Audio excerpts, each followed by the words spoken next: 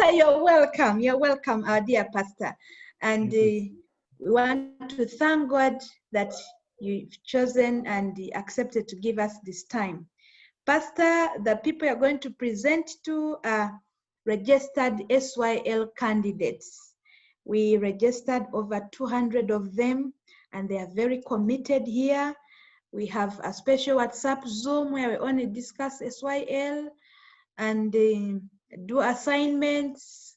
They do assignments. I want to present to you that this group, they've already finished the spiritual gifts assignments. We've gone far into documentation, both soft and the hard copies. And the Lord has really been good to us, that these people, it was really timely that they were so much longing for it. And when we put up an advertisement, Pastor, many joined in, several of them. And I want to thank the Lord that they have been committed. It is now 1 month, Pastor, when we've been doing this. Every Sabbath and every Sunday, from the youth corners and the local churches, district levels, that they go on. But in a special, I want to thank God that at least for the past 1 month, we've covered well our SYL seminars. And we want to thank God that tomorrow, by end of tomorrow, we shall be done with the 10 seminars. And we said we will have to invite our very own pastor, our dear leader, to witness this, so that in case we request for more, he knows what we are really on. Pastor, you're so much welcome. Dear candidates of SYL, we are bringing to you our leader, Pastor Mwakalonge Magulilo, our mentor. Previously, we talked about mentoring. Our very mentor. He has mentored us in youth ministry. He has mentored us in leadership. He has mentored me in administration for the years we've been with him in leadership for youth ministry. And Pastor, we are moving on and on in youth ministry, and want to thank God for your willingness. Our dear participants, we've put out an information about 1 year in mission. We are calling people to register for 1 year in mission. I am glad that since we have Pastor Mwakalonge, we will not call him again to come here and talk about it. Pastor, we will humbly request you to make a comment on it, as the leaders who are here are the senior youth leaders. We have pastors, church elders, AY, ambassador leaders, young adult leaders, chaplains, name it, they are all here. Pastor, when you look at our participants, you see 76, they're increasing. But those people are more. We have groups that have about 3, 4, 5, so you may see one gadget, but there are several. And Sister Ruth takes record. So they are all aware. We take record and we post it. These were the people who are present today. So it is very serious. So Pastor, as you talk to us, we'll be glad to learn more from you in our next presentation. Do not worry, and you're the only speaker, and we are learning from you, Pastor. So, Pastor Mwakalonge, I want to welcome you, that this is your time. God bless. Wow. Amen. Amen. Mama Youth. Good to be in Uganda Union again. Thank you, Mama Waiswa, for those kind words of introduction, and a good brief report of what Uganda Union is doing in regard to this wonderful seminar of SYL. I'm so happy to be here. Actually, I missed you.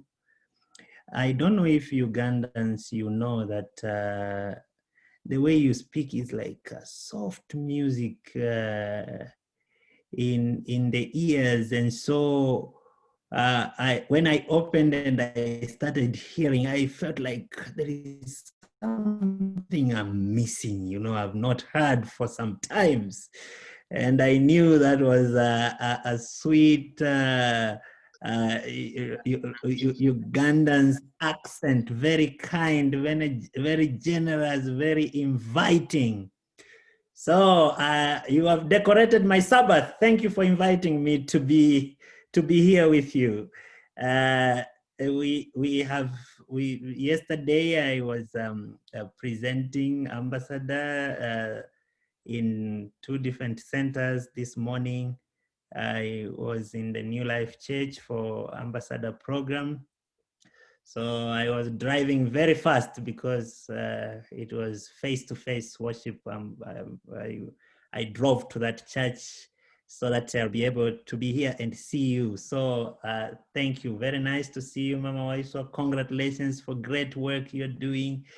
I see the faces of my friends, Pastor Sentongo. I see Muboki, I see Tasingika, very captivating smile. You cannot ignore it. I see, hey, that couple, Jimmy and Jackie, the PKs. My friend Kajumbi from Jinja, and all of you, I may not be able to mention all of you, and of course our friend Branson. I saw Branson somewhere, and yes, very, very nice to see you. Emily is looking at me with an eye from a certain corner there. I see you, Emily, and it is very good to meet you with my friends. And I see here, hey, I may not be to see all of you. So many, yes, I see. Who is that? Is that Sharon Nantembo? I see Sharon there. Amos, even if you're hiding, I see you there. Kasumba. Susan, yes, you're also hiding in a certain corner. I see you, Susan. I see Samson Wamboga, Muka Abia, Prosi. Well, I'm so happy to see you. So happy to see friends, and yeah, all of you, God bless you, and thank you for tuning in and joining in this very important training, senior youth leader training. God bless you, and thank you for the choice you have made. Is one of those very wise choices, and you'll never regret. Mama Waiswa, I am praying for you and very much proud of what you're doing in Uganda. God bless you and keep moving. The Lord is with you.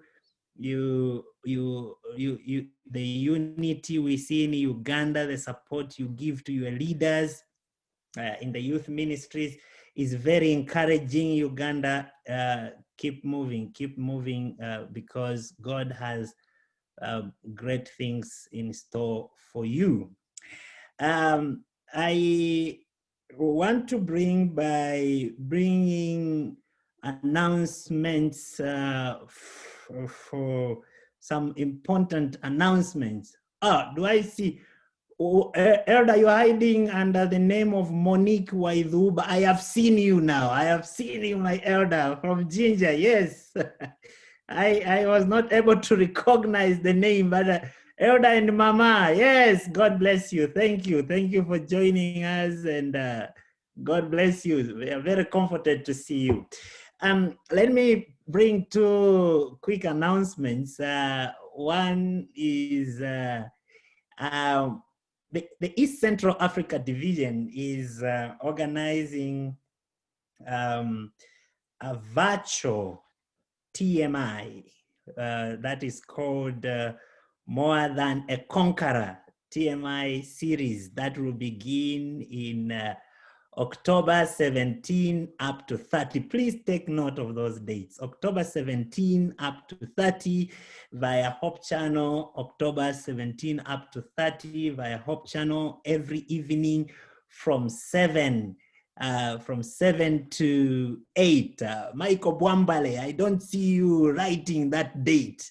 I hope you remember Michael Bombale, October 17 to 30. So we are having a TMI, a very important event, virtually online via, hey, Daphne, where are you hiding? I've seen a note from Daphne Sanga, but I didn't see her face somewhere. Okay, but thank you for taking note of it. 17 to 30 October, we have a virtual total member involvement, total women involvement, total youth involvement, total children involvement, total everything, all the totals, total SYL involvement, total senior, total ambassador, total everybody. So all of us, we are called to be, all of us, we are called to get totally involved, GTI. We are all called to get totally involved.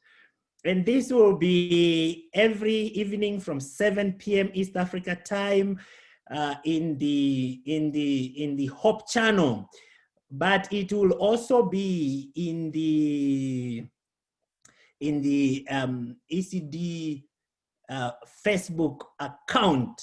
Yeah, Kabasomi Penelope. I think you are recording it. I see you recording. God bless you. Yes, God bless you. God bless you. So from 7 p.m. and it will also be in the Facebook. It has been announced in our social medias, and we are inviting all of you, you know, young people, let's lead, because this is digital, and the church is depending on us. East Central Africa Division Facebook. If you go to East Central Africa Division Facebook from 17 to 30th, you will be there. Now, all our young people, we invite them to follow the teachings, are very important. Dr. Coralie will be presenting and other speakers, very important to strengthen us spiritually, but don't eat alone. Don't eat alone. Patrick Kibuka, don't eat alone, Patrick Kibuka. There, I see 3 of you. You don't eat alone, you know, invite others. So we encourage, if each one of us, Bakaki Malon, if each one of us, Bakaki Malon, if each one of us, yes, we'll invite at least 5 people to follow using their gadgets, you know, using their gadget to follow every evening. Encourage them to just attend 1 lesson. And the second lesson, they will invite themselves, because they will be blessed. If they will just test 1, yeah, Muyama, Rachel, if they will just test 1, Muyama, Rachel, they will come tomorrow again. They will not wish to miss. So please, let's encourage them to come, invite. Our goal is each one 5 people, and we depend, the church is waiting for youth ministries, is waiting for senior youth, ambassador, pathfinders, adventurers, master guide, SYL. The church is waiting for us to make sure we invite so many to follow this, and who knows, the Lord is faithful. Out of those 5, God can give you all the 5 and even more, who will accept salvation through your very humble and simple invitation. After 2 weeks, you never know what the Lord will do to your friend, your schoolmate, your neighbor, your fellow business partner, your friends you're working in the office together. Invite them to come, and it's a good program. I've tested it and I can testify it is good. So that's number 1. And I believe you have gotten the announcements, and this was just to emphasize and follow up to what you have already had. The second is what Mama Waiso has already has said. 1 year in mission. There is a blessing that God has given to this church. And this is the blessing of leadership that believes in young people. I have heard Pastor Mate speaking passionately about young people. You are lucky you have a union president who loves young people. You have seen Dr. Ruguri, the way he talks about young people and he believes in young people. You have heard about Dr. Ted Wilson, the way he loves young people. Even in the Pathfinder Day, you heard the message he recorded and sent to all the young people, because the young people are the church. So out of that love for the church, there's a program called 1 Year in Mission. This 1 Year in Mission is for young people. I don't qualify in that. You know, all those who are above 30 years of age, that is not their program. That is for you young people, for the young people you are leading. Many of you don't qualify. Muwoki, don't smile there. You don't qualify. You need to look for those who are supposed to qualify and solicit them. So I challenge my friend Mzee Sentongo. Let's gather those who now qualify to go like a wildfire. And you know, Janet Kiazike, you qualify. Yes, you do. I think you do. You have already measured yourselves.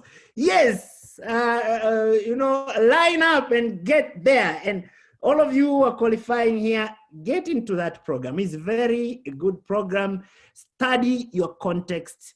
You don't need to copy what Nairobi is doing, what USA is doing, what Kampala is doing, what Dar es Salaam is doing, what Kigali is doing. You look at your context. Look at your context. Hey, you elder, you don't qualify.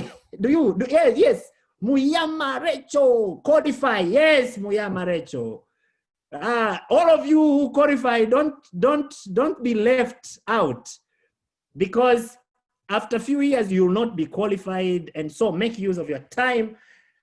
So study your context and reach out to your people who are there. You can choose a day in the week. You can choose some maybe weeks in a month, or some months in a year, and whatever plan you put it. You don't have to relocate. You don't have to pack your bag and go to other place. Although if you can do that, we really encourage it. We are looking forward to see a Ugandan who has gone to Comoro Islands as a missionary from Uganda. We would love to have a Ugandan who has gone to Australia, who has gone to North America as a missionary. And I see many of you here qualifying. Even by look of your face, you already have what it takes to go. So what God wants us is for us to say, I will go. That's our motto for the next 5 years. We want young people to respond, I will go. So if you are moved by the Spirit of God to do something, you are ready to pack your bag and go.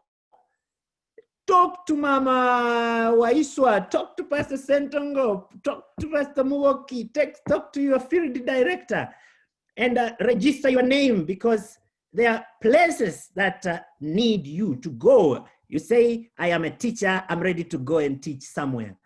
And this is not an employment, this is a voluntary work. You will not go hungry. We'll give you food to eat. You will not be rained. You will have a room to sleep. It will not be a 5-star hotel, but it will be enough for you to serve the Lord.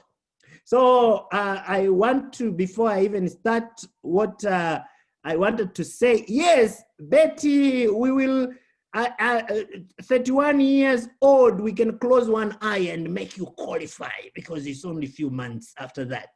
So you can come and join. So you can come and when we close one eye, instead of counting 30, we can, 31st, we'll count up to 30. And you can be 31 years old, but 15 at heart. But we don't need many of those. Yeah, we need the majority to be really young people. So it is a good program. God has given you 20 years, 30 years. God has given you 25 years. He's asking you for only 1 year. And that 1 year, you can plan it and commit yourselves in the way you see. Look at your office, look at your business place. Suggest to the leaders that in my place, this program, I can do it for 6 months to do this program for the Lord. So, Mama Waiswa, maybe that's maybe what I could say briefly to promote this program. And you need to really do something, Uganda Union, and because you remember, those who attended one of the presentations, I said, Uganda Union is the youngest union, meaning to say the mean age of Ugandans is maybe the lowest in the continent of Africa. You have more youthful Ugandans than maybe many other countries in the continent of Africa. And you can see that in the youth ministry, the way, the energy you have, and the way we depend on you, Uganda Union. So if Uganda Union has not started this program, it's like division has not started. I know other unions are doing, but we are waiting for Uganda Union to begin so that we say, hey, we have started, Uganda is in. So please begin and come in force, register your name. The way the Lord is pushing you, go and tell your directors, here I am, I want to go. I have my suitcase here, I've already packed, show me where you want me to go. Or for me, I will not get out of my house, but I am giving my this day for this thing. And you give that time to your Lord and he will bless you. So those are the two announcements I wanted to make. Coming to SYL, someone said, by the way, I was happy to hear testimonies of people. Why are they, what makes them blessed by SYL? And someone mentioned about ginger. You know, in ECD, when we say SYL, we don't separate SYL and ginger, you know. This SYL is a ginger declaration. In our division, the history of SYL is ginger. So everywhere everywhere there is SYL in this division, then they know that the birthplace was ginger. So I wish we even build a big monument in ginger that will stay forever to remember that SYL was born in ginger. You see the way we struggle with church heritage, church history, you memorize the names you don't know. Now we can do it in a place where it's close to us. By the way, even those people, we talk of Mount Venom and we memorize those things that happen in Pathfinder.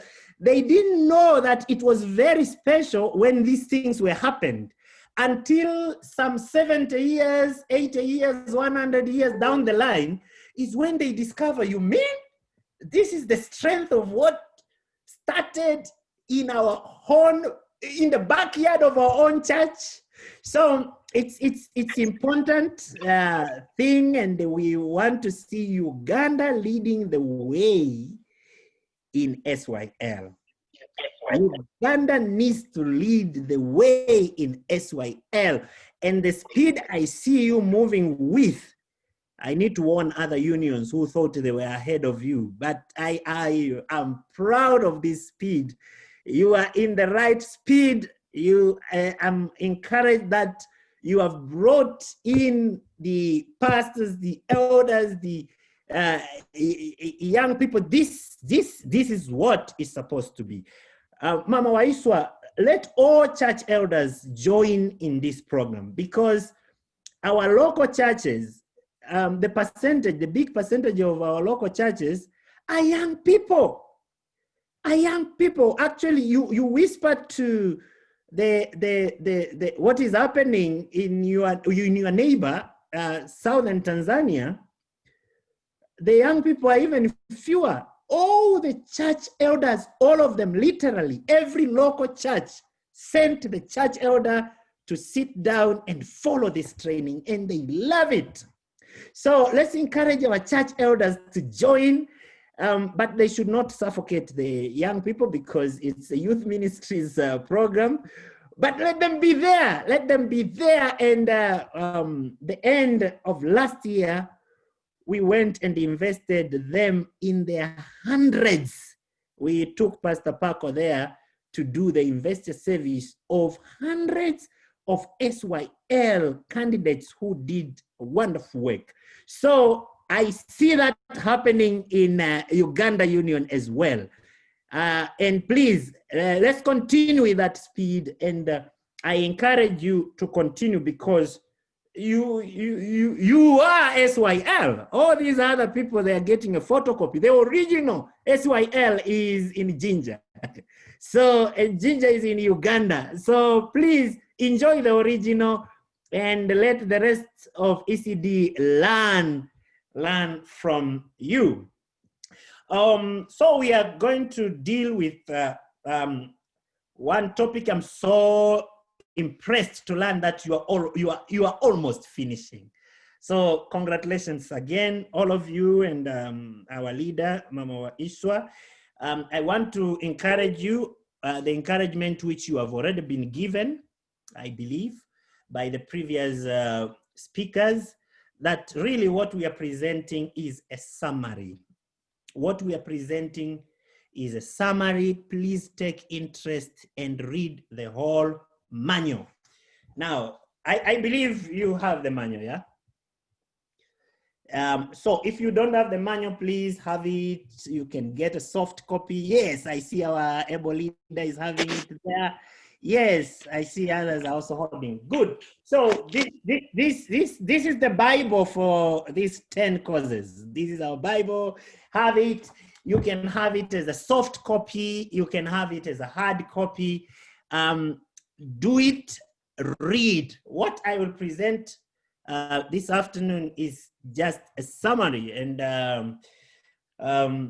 have this manual and read it to yourselves. Visit youth.adventist.org, youth.adventist.org, youth.adventist.org, and youth.adventist.org.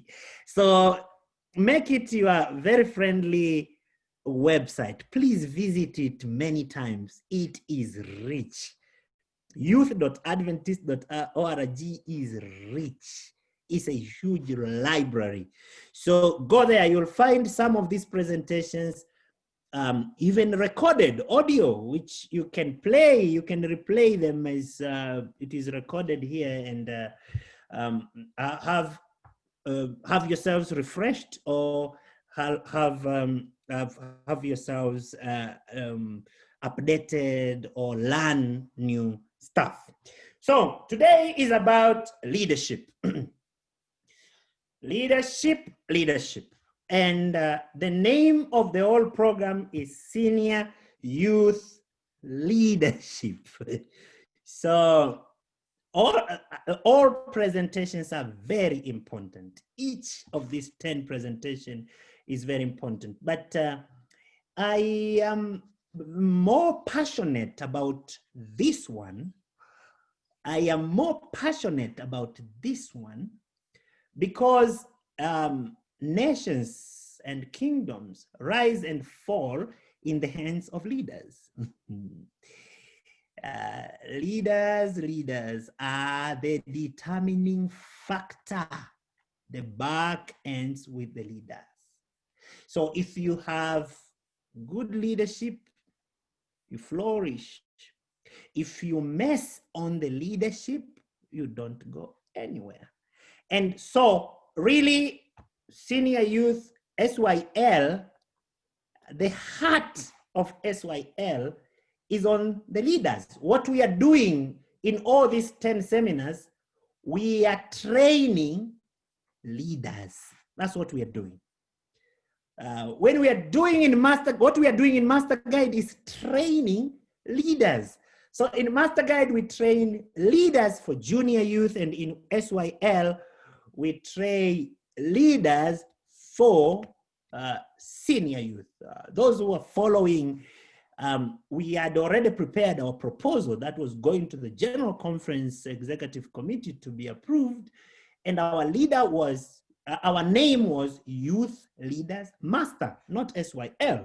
It was YLM. So we are following the pattern of Master Guide. And this one, we wanted also the name Master to be there. And the proposal we took to GC was Youth Leaders Master. And the challenge is there are legal dynamics, and these names are not just names.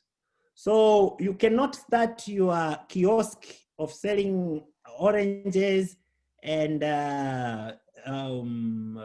matoke and call it SYL. You'll be sued because this name, it's legal. This is a legal name.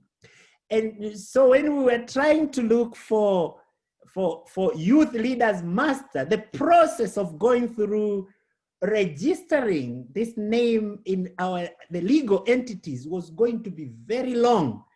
And so we settled for our name, which was there before, Senior Youth Leader. So Senior Youth Leader, it's a leadership training for senior youth, and I believe you have had enough introduction to that. And now allow me to share the screen as we run through this after that introduction. So Senior Youth Leader in this book is Seminar 4.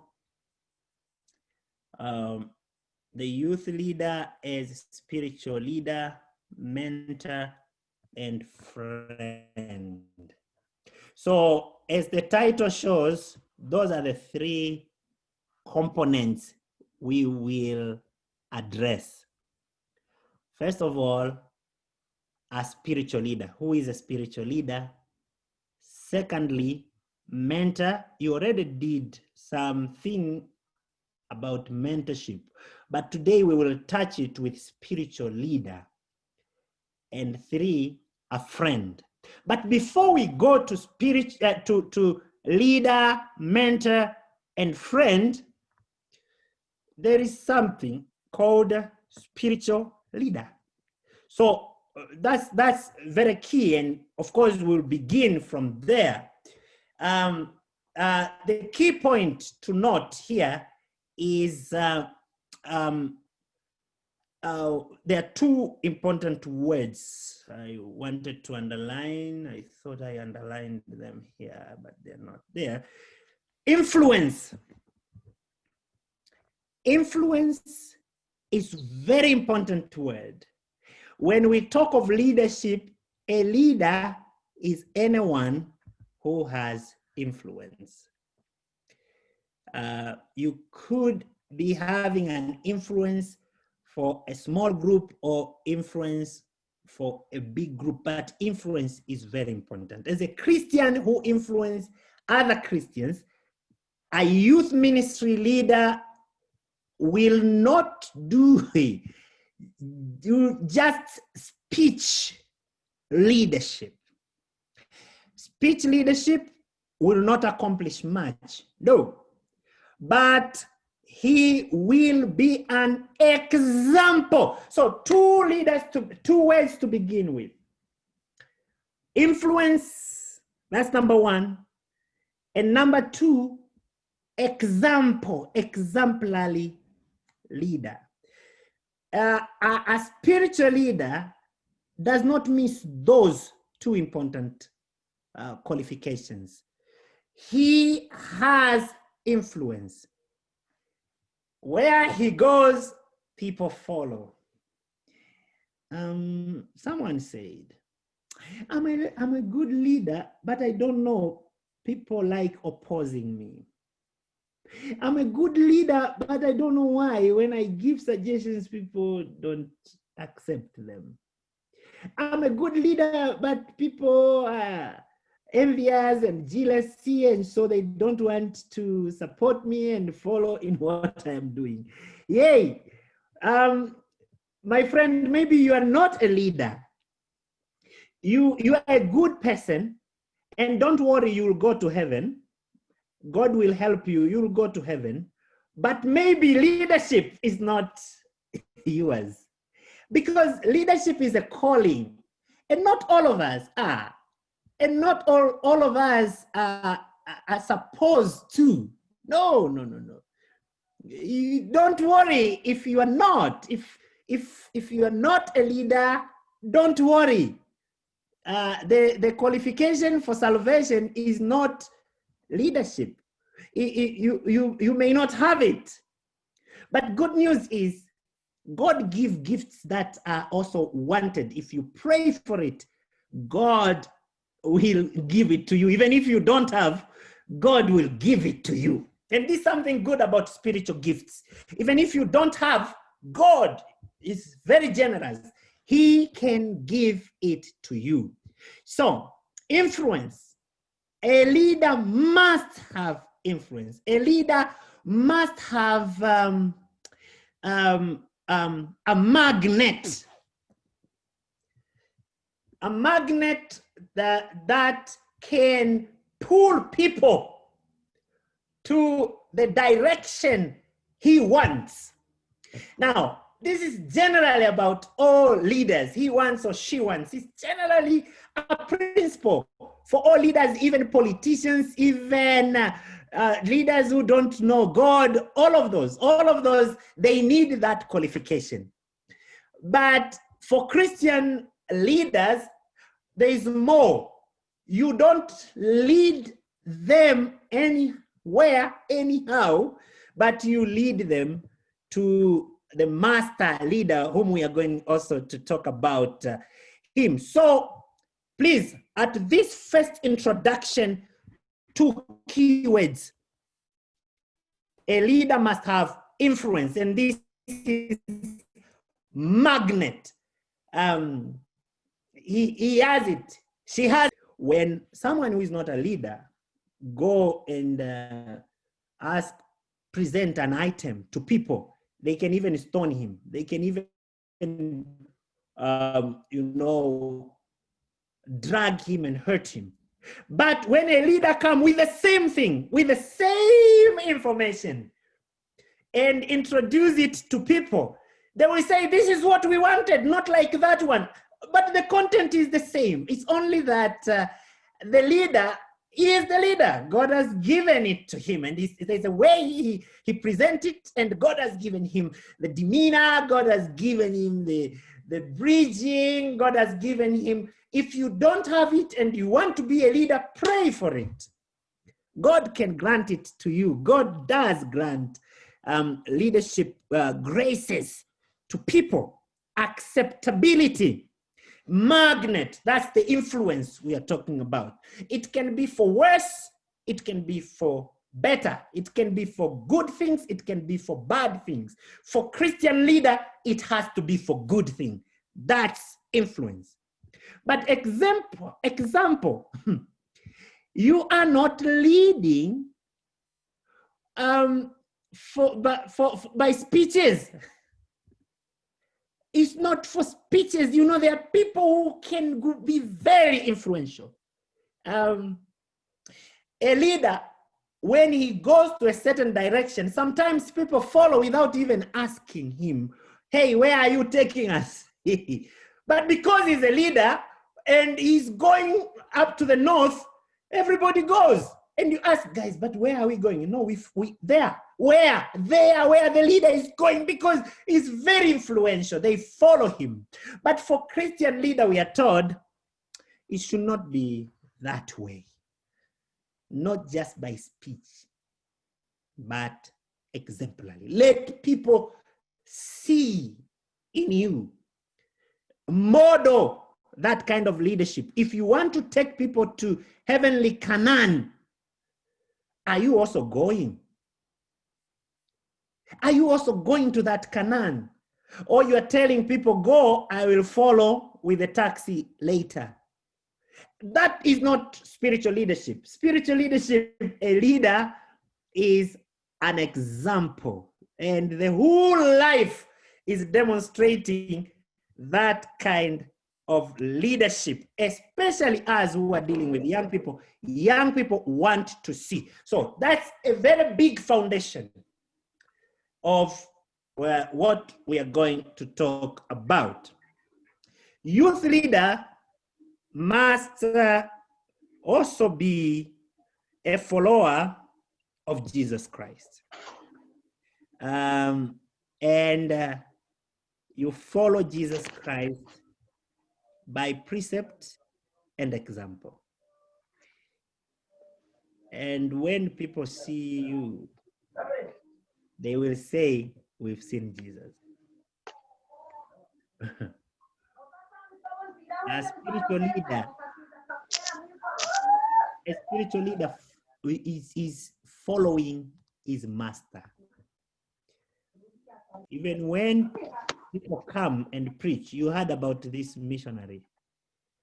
When he lived in that area and other people came and preached about Jesus, they said, oh, that's the man, yeah. He lived here some years ago.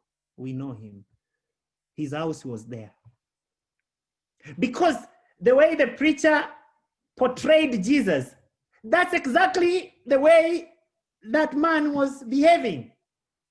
So a youth ministry leader needs to be a human language translation of what Jesus is. When the youth see you, they will see Jesus. That this is, I think, a human language of who Jesus is. We are all disciples of Jesus Christ, and the leader have to demonstrate that. Jesus to us should not just be our Lord.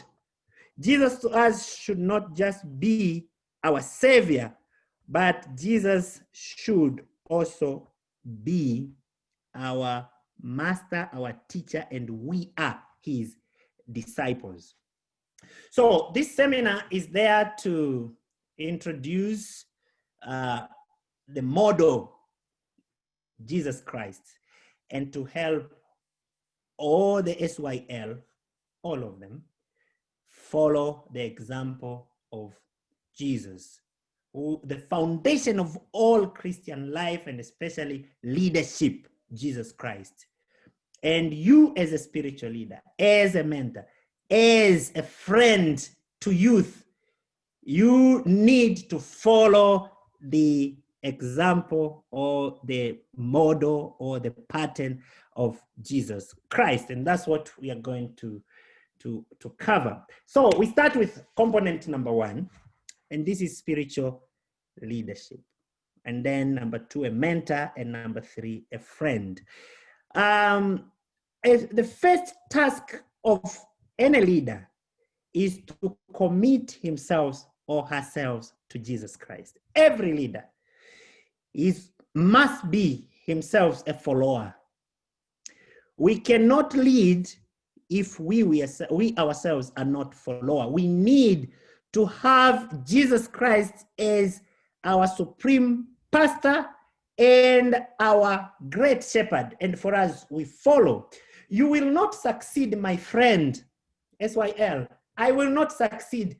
You will not succeed in this work of spiritual leadership if we do not ourselves follow the supreme pastor, the supreme leader, the great shepherd, Jesus Christ. We should make the goal of following Jesus Christ. I was speaking to the ambassadors in the morning, the subject about following, not just following, but following wholly. The reason why we are failing so much is because we follow partially. But for us to succeed as leaders, for us to have that acceptance which is coming from God, by the way, you cannot create it. Don't be cheated that I will go around distributing money or giving people chapati or doing this for them to accept me. No, never. That acceptance is coming from the great shepherd, Jesus himself. And so when we follow him, he has all the hearts of people in his hands.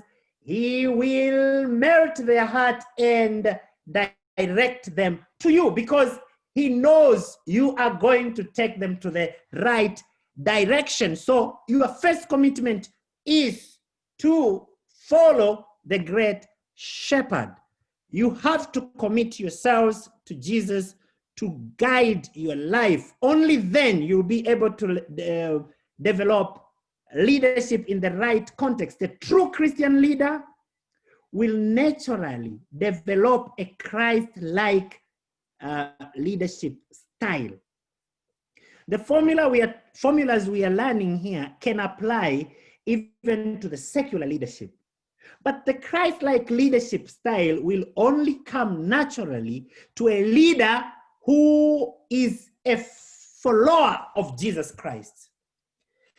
I would say it is suicidal. I don't have a better word. It is suicidal to attempt to lead the Church of God in any of its sections while you yourselves are not following Christ. Because then you are hijacking. You are hijacking God's people. You are robbing. You want to take them where you want, while the owner of these people want them to go to a certain direction. And how do you know the direction of this owner? Is when you follow him. And when you follow him, he will even teach you the style, which style you should use to lead his children. We need to be spiritual. Spiritual leader is very keen about spirituality.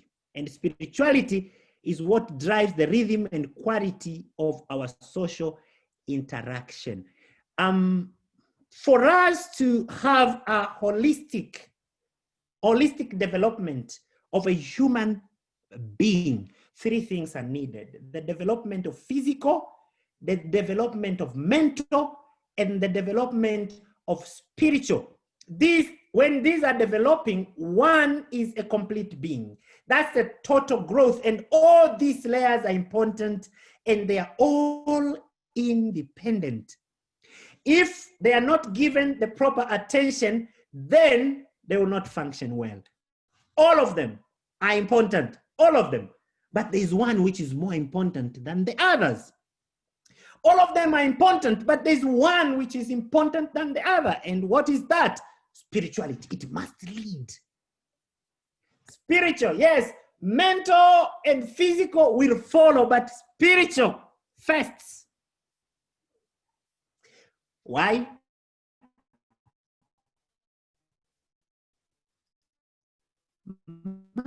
Matthew 6:33 says, spirituality. The spirituality has supremacy.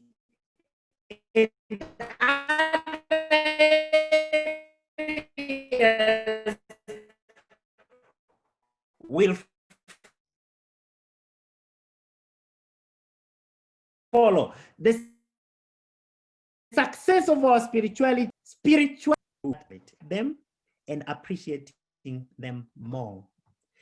And this is the privilege we have been given as leaders and as human beings. You know, as you lead the senior youth.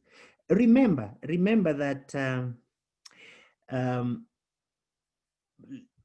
the aspect of spirituality makes the relationship of created beings of God, when all created beings, they have that social network. You can love your dog very much.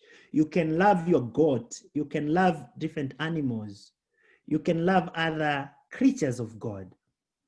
And you can interact. You can have social.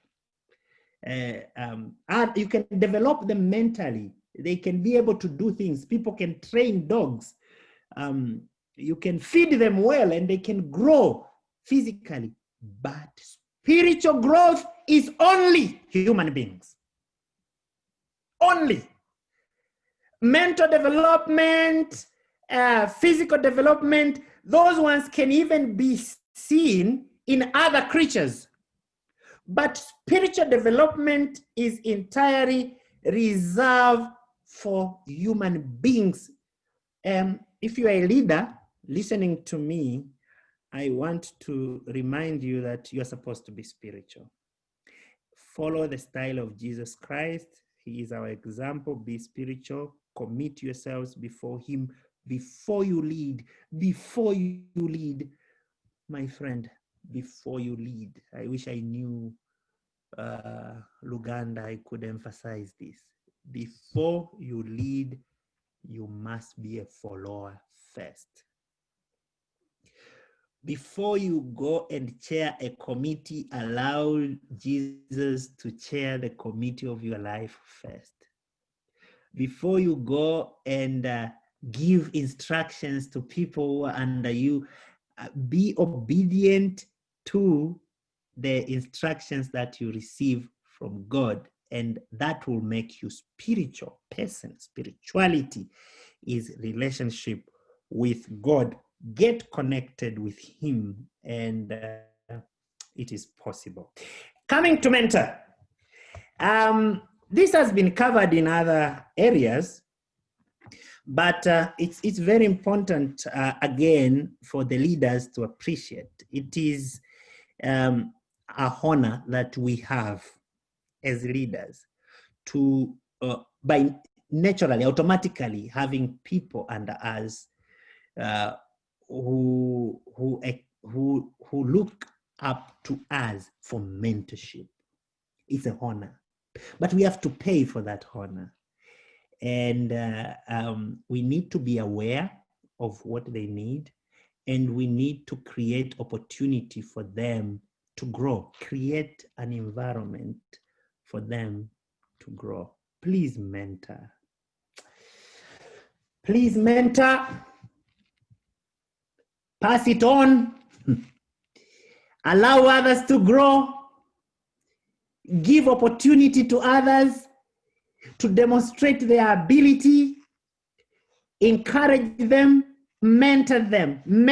Prepare others to be more than you. Mentor them. Create good environment. In the mentorship, be a model. Be a model.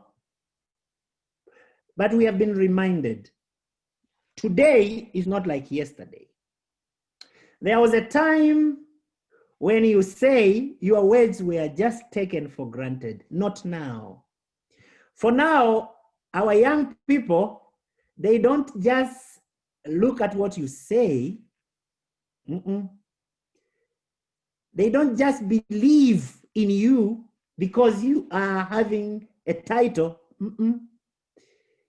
They want to see if what you're saying is working. If what you're saying is practical. So, gardening her house, you will see the vegetable there. So it works. And so when she says it has power because she has modeled it. And I like using that example because I really love your garden, Mama Waiswa. Very nice. So when she teaches, young people will understand because they have seen it working. Now, this is very difficult. To be honest, it's difficult to many of us because we are dealing with people who will not accept traditional way of doing church. Traditionally, we are very good, Adventists, we are very good for theories and beautiful theories. And someone said we are very good at slogans. We grew knowing slogans. Every time is people respond and what, and many good theories. But now we have a generation now of postmodern people. You cannot fight against it because it's a reality that has come, and they want to know if those slogans and excitements, are they working? They want something real, they want something practical, they want something effective. You can have a very beautiful theory, you can have a very interesting presentation. Yes, it makes a lot of sense, but if it's not working, it will not produce good results. So, leaders, let's be practical. There are some things, if possible, don't teach until you have practiced it yourselves. When you tell them to read their Bible every day and you're not reading, and let's say you're reading, but what change has it made in your life? So when they also don't see the change, they wonder, is it important? Do we really need it? So it has to work.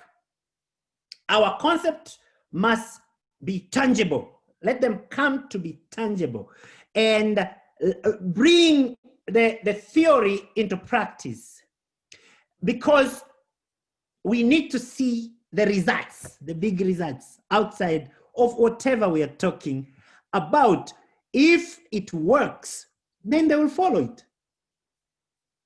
If it worked for me as a leader and I give it as a testimony, then they will believe that this can work in our life as well. It worked in our leader. It will work also in our life. So there's something here very sensitive. And I will ask you to think about it and answer me and share to us, all of us on this group. You can even put on a chat.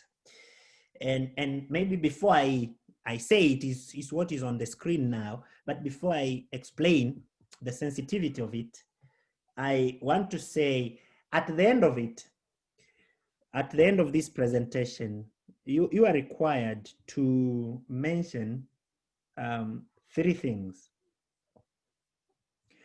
So as you listen and you find something is useful, please jot it down, because at the end of the presentation, you'll be required to share and you'll chat on the screen 3 things that you have found useful out of this presentation. You could have more than that, but please just share 3 so that it will be easy for us to read the 3 at the end of presentation.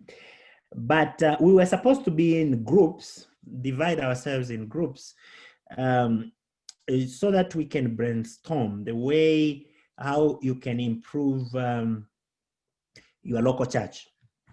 Now, because we cannot be in group, I will ask you to give 1 idea. Also, you can chat. So in total, kindly each one of you put on the record 3 things. And those who are more than 1 in 1 screen, the last question you can do together, if you are together, what is 1 thing that the information from this seminar can help you change your local church? So those 2 questions are very important. But there is other discussion question which will come now out of this slide. And this is about the Christianity of a leader. And this slide is saying a good mentor does not act as if he's an angel, as if he's a holy person, he had gone to heaven and has come back. So he's one to tell people of how heaven is, and so that you'll be a good mentor when you're on top of your mentee. That's a wrong concept. You don't need to be perfect. And this has to go to our young people, that you don't have to be perfect to have them follow you. Actually, young people, they trust more people who struggle with issues like themselves. They know, by the way, you can't cheat them. They know very well that you're not perfect. Even if you try to act perfect, you walk like Angel Gabriel, they know you. So you cannot act. They know you, they know you're not. And actually they are disappointed when they sense that you are pretending. But when you acknowledge your shortcoming, they appreciate you very much. When you inspire the young people, they will follow you.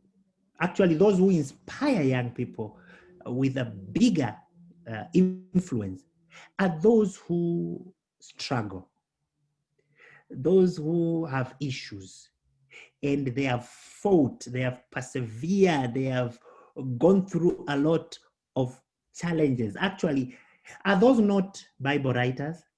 None of the Bible writers is perfect. All of them, they had challenges. And we enjoy their testimony because when they share their failures, they share their shortcoming, they encourage us that these guys are real. But when you act holy, you cannot even say, I am sorry. You cannot even say that I have struggled in keeping time. You cannot also accept that you have struggles in responding to messages. You just blame them because they don't report, but you don't also accept the fact that you also have a challenge in that, so that you journey together. Then you will not be a good example for them to follow. They want to identify with you. They want to identify with your challenges so that they can also identify with your solution. When they identify with your problem, I was blind, but now I see, it's easy for them to say, what happened in your life that you are able to see? So they associate with you. What Paul said, be imitator of me as I'm also imitator of Christ. Paul is one example of those who are not hiding their struggles. Paul was saying some things that you would not expect a leader to say, but he was putting it in the writings. How he was a killer, you know. If I killed someone by accident, that's not something I'll be very comfortable to say, but Paul revealed it. Paul revealed how he struggled, but he also reveals on how he won. He was a real leader, and he inspired people, and young people will follow real leaders. So my friend, this is something that many of us are struggling with. We must be real. And when we tell our stories of our failures, we will be good. There's a joke, and I think you have read, maybe you have seen it. There are times when I relax, I go through some of these things people are posting to make myself laugh. You know, laughing is medicine. Some people don't laugh, they think it's sin to laugh. My friend, laugh is important.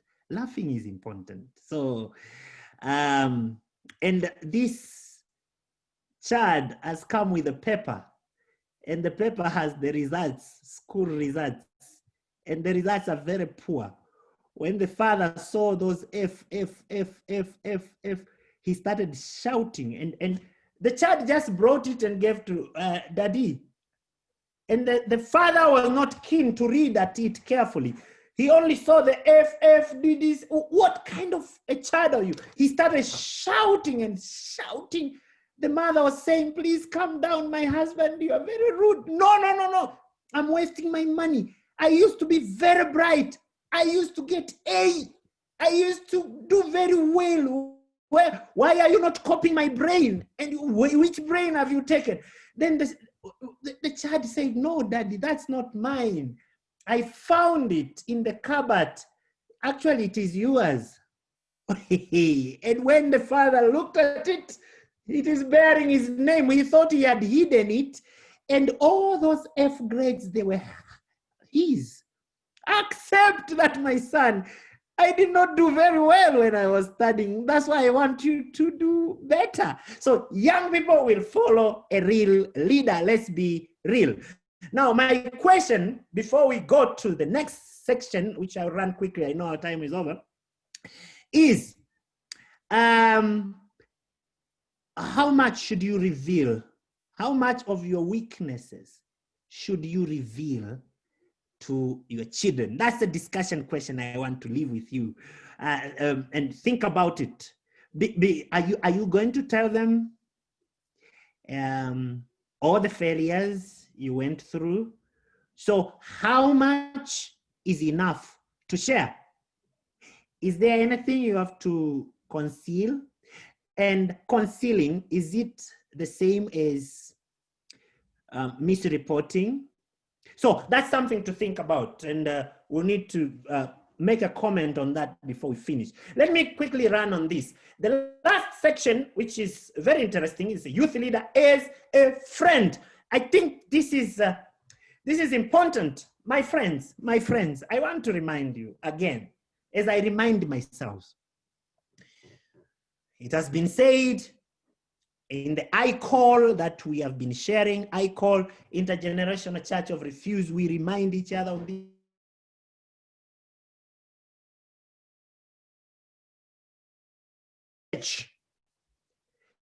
Because of, let me put it in a different way. The highest percentage of people who leave the church have said what made them go out of the church is lack of friendship in the church. Those who said that the music was not good, the worship was cold, it was only 1%. And those who gave some other reasons, they have only 8%, 3%, 5%. Guess what has a bigger percentage? Actually, 47%. 47% of those who left the church when they were interviewed, they said, we lacked a friend. Oh, I wish I had a language to explain this, the importance of having good language.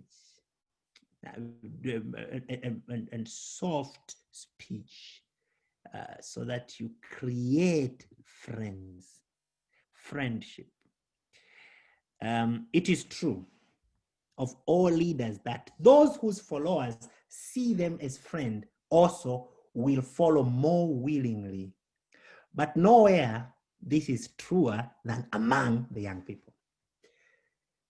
Even old people appreciate friendly leaders, but the young people, they are more affected by unfriendly leaders. A leader who is a friend of young people has more influence over them than others. So please, be humble, my friend. You know, some leaders are too important and they think all young people are sinful, or young people are seducers, or young people are not serious. So they don't want to mingle They don't want to be friendly. They don't want to chat with them. They don't want to be friend with them in the Facebook. They want to keep distance. A youth leader is a friend. A spiritual leader is a friend, and friendliness is very important, but it is also calling for humility. You know, you cannot cheat the young people. They know who is a good friend and who is not. They know. They know those people who are superficial. They know those who are deep. They know. They don't want people who are there to correct them, are there to judge them. They are looking for a loving friend. You can teach little horn, you can teach the long prophecy, 2,300 years. You can teach about Artaxerxes. You can teach about all those strong and powerful things. But if there's no friendship, you will not win them. Your influence will not be very good. So SYL, you're going to be experts in leadership. May God help you if you had a challenge in humbling yourselves down, in doing young people's things. If they go to play basketball, golf, fall on the dust, walk on the bags and play their games. And while you do that, you lift their standard up. When we say that, we are not saying compromise. No, not compromise. By the way, young people, they love their Lord. It's a wrong mentality to think all association with young people lead to sin. That's not correct. So they need a friend. If you are a friend, you'll make a very good leader. So as we summarize, we want to establish, and let me read this. Youth leader who has strong commitment to Christ, we talked about it, who embraces and embodies biblical and spiritual discipline, and who leads by clear and honest example, will be a model that will inspire young followers to commit to Christ as well. This is the most effective form of leadership. Commitment to Jesus Christ and follow the principles of spirituality. We have seen Paul as our model. And what is Paul telling to Timothy? He's telling Timothy, but for those who believe, be an example in the manner of speech, in behavior, in love, in faith. And I see many of you have written already, and thank you so much for writing. Your things that you have learned as individuals, and even those who have learned as a group. Mama Waiswa, I rest my case and give room for some discussions, for some questions. And I want to encourage you, please go to the book, read the book. Hey, youth department is rich. Getting these materials, there are people who are paying for their master's degree to some big universities. And here we are getting them for free in Seventh-day Adventist Church. So read it, it will polish you. It will polish your leadership. And if you succeed to lead well in the church, let me not say what I wanted to say, because Uganda now, I know you are in the elections, but you can be anything. So God bless you, and welcome for any questions. And thank you for all of you who have put things here that you have appreciated. And maybe Mama Waiswa, as you'll be leading, I will really need to hear someone commenting of how much we should admit as our weaknesses.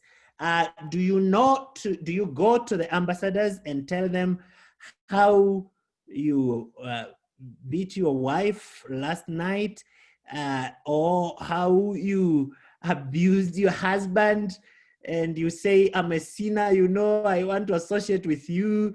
I got very angry until I tore the shirt of my husband. I want you to know I'm also a really human being like you. So how much is enough and how much is not enough? So welcome, Mama Waiswa. And I don't know, is it Mama Waiswa or whoever Mama Waiswa will guide in the discussions according to the time. Thank you. Thank you so much. Pastor. You can go ahead, Mama.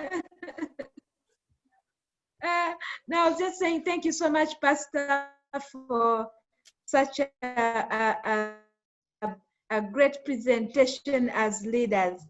I'll ask Miriam, our MC for the day, to take us through the questions and the discussions. Those who have the comments, read the comments. So Miriam, welcome. Thank you so much, Pastor, for blessing us. And we have learned, and every day I keep on learning. That's very true. Thank you so much, Mama. I have also learned a lot. Actually, the part where we have to be real with, you know, most of the time when we're leading ambassadors and youth and pathfinders, you want to guide them and you want them to learn the right way. So you don't want them to see your mistakes. Right now, I've learned that it is good for them to see our mistakes, and we should also admit to our mistakes. That was very good. Thank you so much, Pastor, for the guidance. Now I want to open up for any questions, any contributions to the audience. Anyone with a question? And thank you so much. I want to also say thank you to Kagaba, who was sharing the screen of Pastor on WhatsApp. That was so thoughtful of you. And to those who have responded to the questions also, thank you. Let me see. Dennis, are you there? Yes, I'm there. Yes, Dennis, you are my chat assistant. Do we have any questions?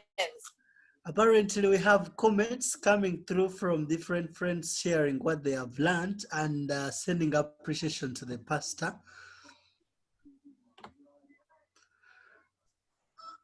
Okay, I've seen some of the comments. Friends, do we have any questions? Is there anyone who wants to come live with a question to Pastor? We are very, very honored to have our own ECD director, and this is your time that you can ask anything that you want to ask in connection to leadership or in connection to the youth department in general. So please, we are open for questions right now. You can either type or ask via open. You can just unmute yourself and ask a question if you don't prefer to type. And Miriam, I also need the answer to my question. Oh yes, and Pastor needs an answer to his question. If anyone can please come through and tell us. Pastor, my own self, I have not gone to the extent of tearing my husband's shirt when I am pissed, but I have also been trying to be a saint. So I have learned from you that I should be as real as possible, so that these ambassadors that I'm leading may know that what they're going through, I have also gone through at some point. And I feel like I had never looked at it in this way through you've gone through before, that they can relate. I thought we'd have to tell them what they need to do, not what we have done wrong. So it is a very good eye opener for me, Pastor. I'm so grateful. Thank you, Miriam. Yeah. Miriam. Yes, Dennis. Rachel Miyama has a question. She has not typed. To encourage candidates to type the question. Friends, type the question in the group chat, or like the moderator is guiding, you can raise up the hand. Miriam, ask the question. Rachel, could you please unmute yourself and ask your question? Thank you very much. Thank you, Pastor, for the presentation. Thank you, Miriam, and all other people and all other participants.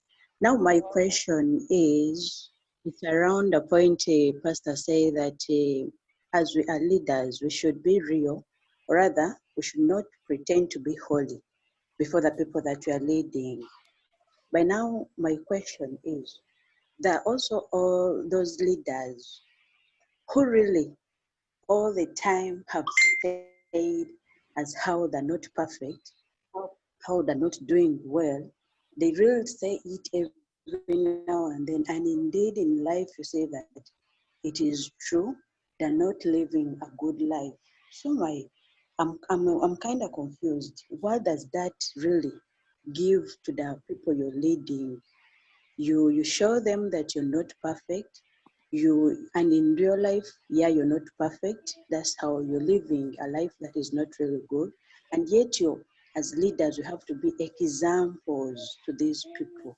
So what picture are we living for the people that we are leading? Thank you. God bless. Thank you so much. Pastor, over to you. Rachel's question is very important question, and thank you. A leader is saying, I am weak, I am a sinner, I am, and truly he is.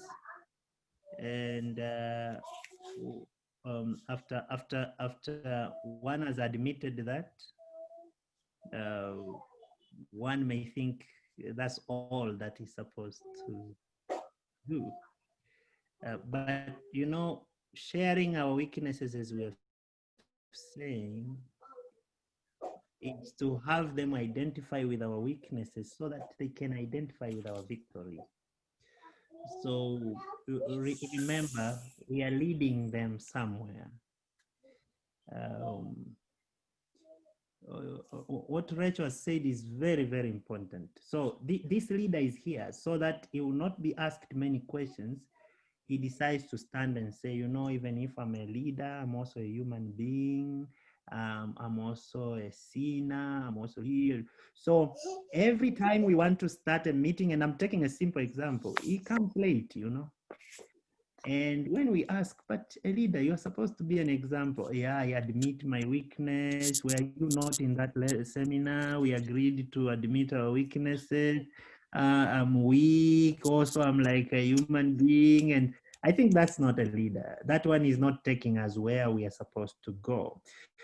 We need a leader that, and admitting is good.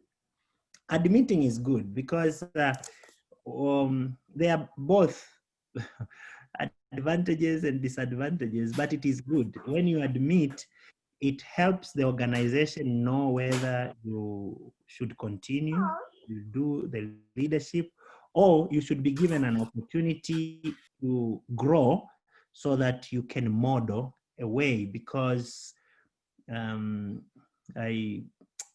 it's now I remember, Rachel, a quotation I was planning yesterday to bring, but somehow, I don't know, I was overtaken, where we are told, and it's a very common quote of Sister White, that the members cannot come above their leader. It's impossible. So when we choose an ambassador leader, for instance, when we choose an ambassador leader, we are actually setting a spiritual standard for ambassadors of that church. And that standard will be their leader. Because if the leader is behaving a certain way, the other group will, the ambassadors will follow. There are very few who will challenge the leader, very, very few. So when the church vote for a church elder, and I've been reminding many churches, when you take a member and you say, this is our church elder, and you vote him, you are actually setting the spiritual standard of that local church. So if you know that that elder is not faithful, he beats his wife, you will see so many other men beating their wives in that year of the leadership of that elder. So it's okay. Admitting is okay. You know, admit. Nothing wrong with that. Admit. But now the consequences of admitting, again, don't stop them, because if you admit you're a weak person and you have failed to overcome that problem of beating your wife, of coming late, watching bad movies, that is your problem, and you come and tell the ambassadors, to be honest with you, for me, this is my weakness. I watch this kind of movies. They are not good, but I have to admit my weakness. Thank you for admitting, but that's the end of you being an ambassador leader. And don't worry about that, because you need to be helped so that you can grow and reach a place where you can be a model. So just admitting is not the end of it. There are consequences that leadership must take. And you can't just say, because he has admitted he's okay now. No, no, no, no. Those who have traveled, you know, before you land here in Kenya, before you land in the United States of America, they will give you a sheet of paper and tell you, disclose. What have you come with? Now, that paper is very innocent when you look at it. Have you brought this? Have you brought this? And later on, they'll tell you, you sign somewhere that, I testify that what I have given is the truth and truth alone. Very innocent. And you can admit that I've traveled with some cocaine, I've traveled with some drugs and whatever. You admit. And they'll be very appreciative of the fact that you admitted, but that will not allow you to pass, because they will need those things and you'll be prosecuted and you go through consequences. And don't worry about those consequences, because you really deserve, because you've carried something which is not good. So that question, again, I really appreciate you brought it. Admitting is not a baptism of sanctification, that because you have already admitted, then you are holy. No, either it's the admission that is leading to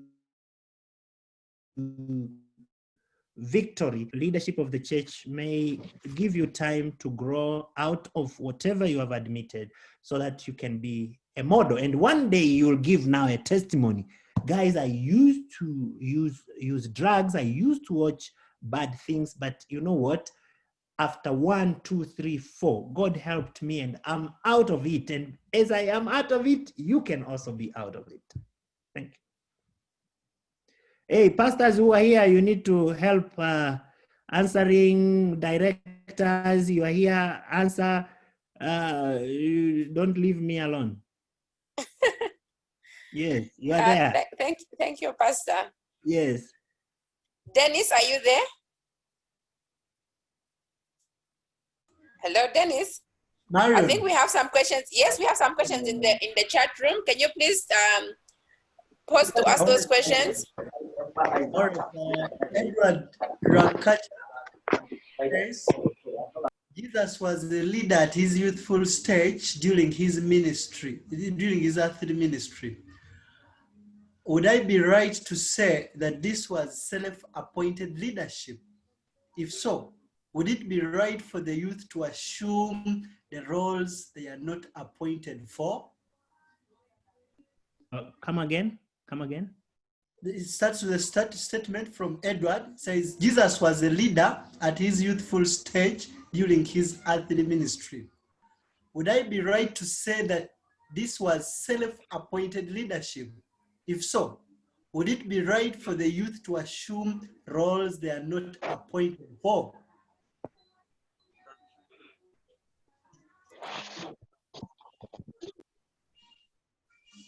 Marion, did you get the question? And probably invite the facilitator to clarify. Yes, Pastor, the question is in the chat room, and it was from Edward. Yes. And he was saying, yes, he was saying Jesus was a leader in his youthful stage during his earthly ministry. Would I be right to say that he was a self-appointed leader? So I think this guy is trying to ask, is it okay for someone to appoint themselves as a leader in the church for youth when they're not appointed by the church itself? So it says, if so, would it be right for the youth to assume roles that they are not appointed for? So should people appoint themselves before the church appoints them? Yeah, well, thank you for the good question. And of course, it's a rhetorical question that could have a simple answer, no. Because Jesus did not appoint himself. In Luke chapter 4, when he's quoting Isaiah, the Spirit of God is upon me, for he has anointed me. You know, he was appointed by God. So that's number one. Jesus did not appoint himself. He was appointed by God. For God so loved the world that he sent. He sent. So he was not self-appointed. He was appointed by God. But secondly, it depends on the level. And I want to bring to our presentation this afternoon, and there's a level of influence, the level of influence each one of us. For influence, you don't need a nominating committee vote. That influence is God-given. And it does not have the roles. The roles, I know the roles you're talking about is in the structure. Now, the influence is not in the structure, and it's not about chairing a committee. No, it's about leading by example. Whether you like it or not, someone is watching you.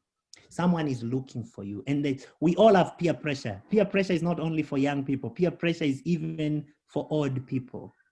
They look for you. There are people who are looking for you. And there are people who will start changing the way they speak, the way they pronounce some words, because they love you. They just admire the way you do it. And before they even know, they start following the way you do. They will start dressing the way you dress. They will start doing things. That's the power of influence. Then you are a leader. But again, no one is self-appointed. No one is self-appointed. And if it's that level of influence, even that influence comes from God.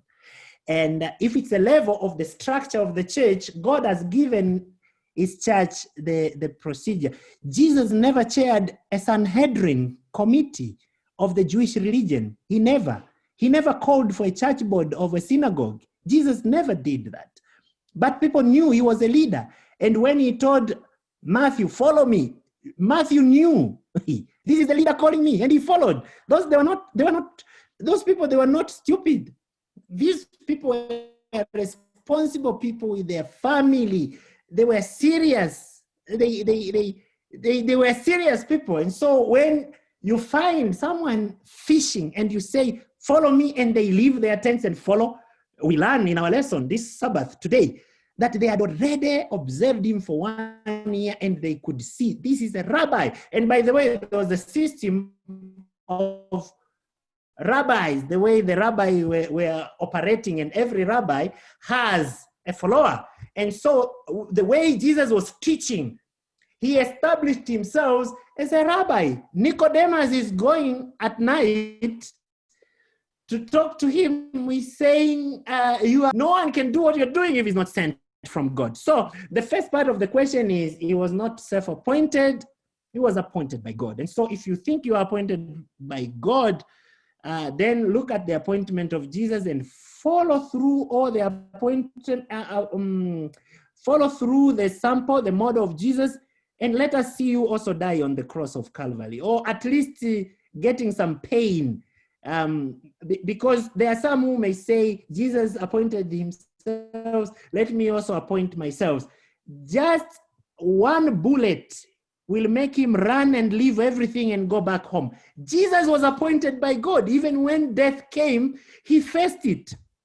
So maybe that's what I can say about it. He was appointed by God. And if it's a matter of influence, we are all leaders, and that influence is given by God. Don't go and start playing church elder role. They will disfellowship you. You'll be rebaptized.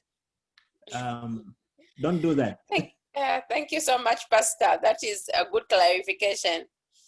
I have another question. Privately chatted to me. I think I have two in the private chat. The first one is from Michael. It says, Pastor talked about being spiritual to lead youth. Some advice to church leaders who are seeing most of the youth as unable, sinful. As this hinders, they pass it on. So I think it's saying that there are some people who insist that youth are unable and they are sinful. So they can't put youth in leadership position. What advice can you give to such leaders? The other question is, just share enough to explain the intently and relevantly, but telling all truth mutually is paramount. I think this is just a comment that I think it's in relation to what someone said about being open and truthful. Someone is just saying that we have to share enough that is relevant to the youth today. So Pastor, can you tell us what can you advise leaders who feel that youth in this time and era are sinful and unable? Mama Youth, you'll help me on that. And I saw Susan Mirembe has been raising the hand for a long time, and I see also Technospark. I think someone is coordinating those ones. Mama Youth, Mama, you have Mama good Esther. name. You have good name, Mama Youth. Mama Youth. Okay, well, I'm requesting you to help me address that one, Mama Isa.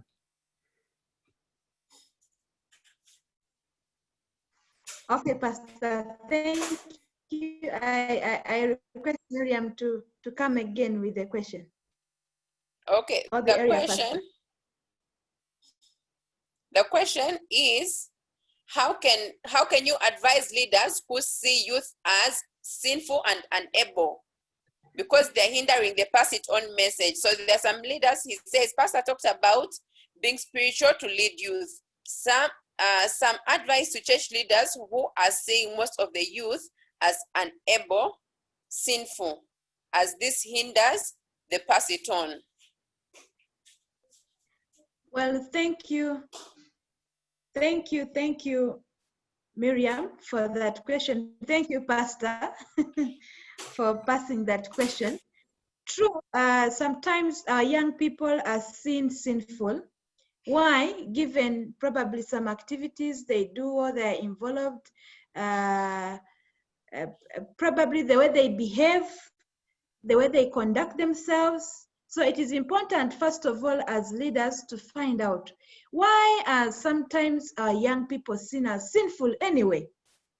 If you as a real leader find out why do young people, why are they called sinful?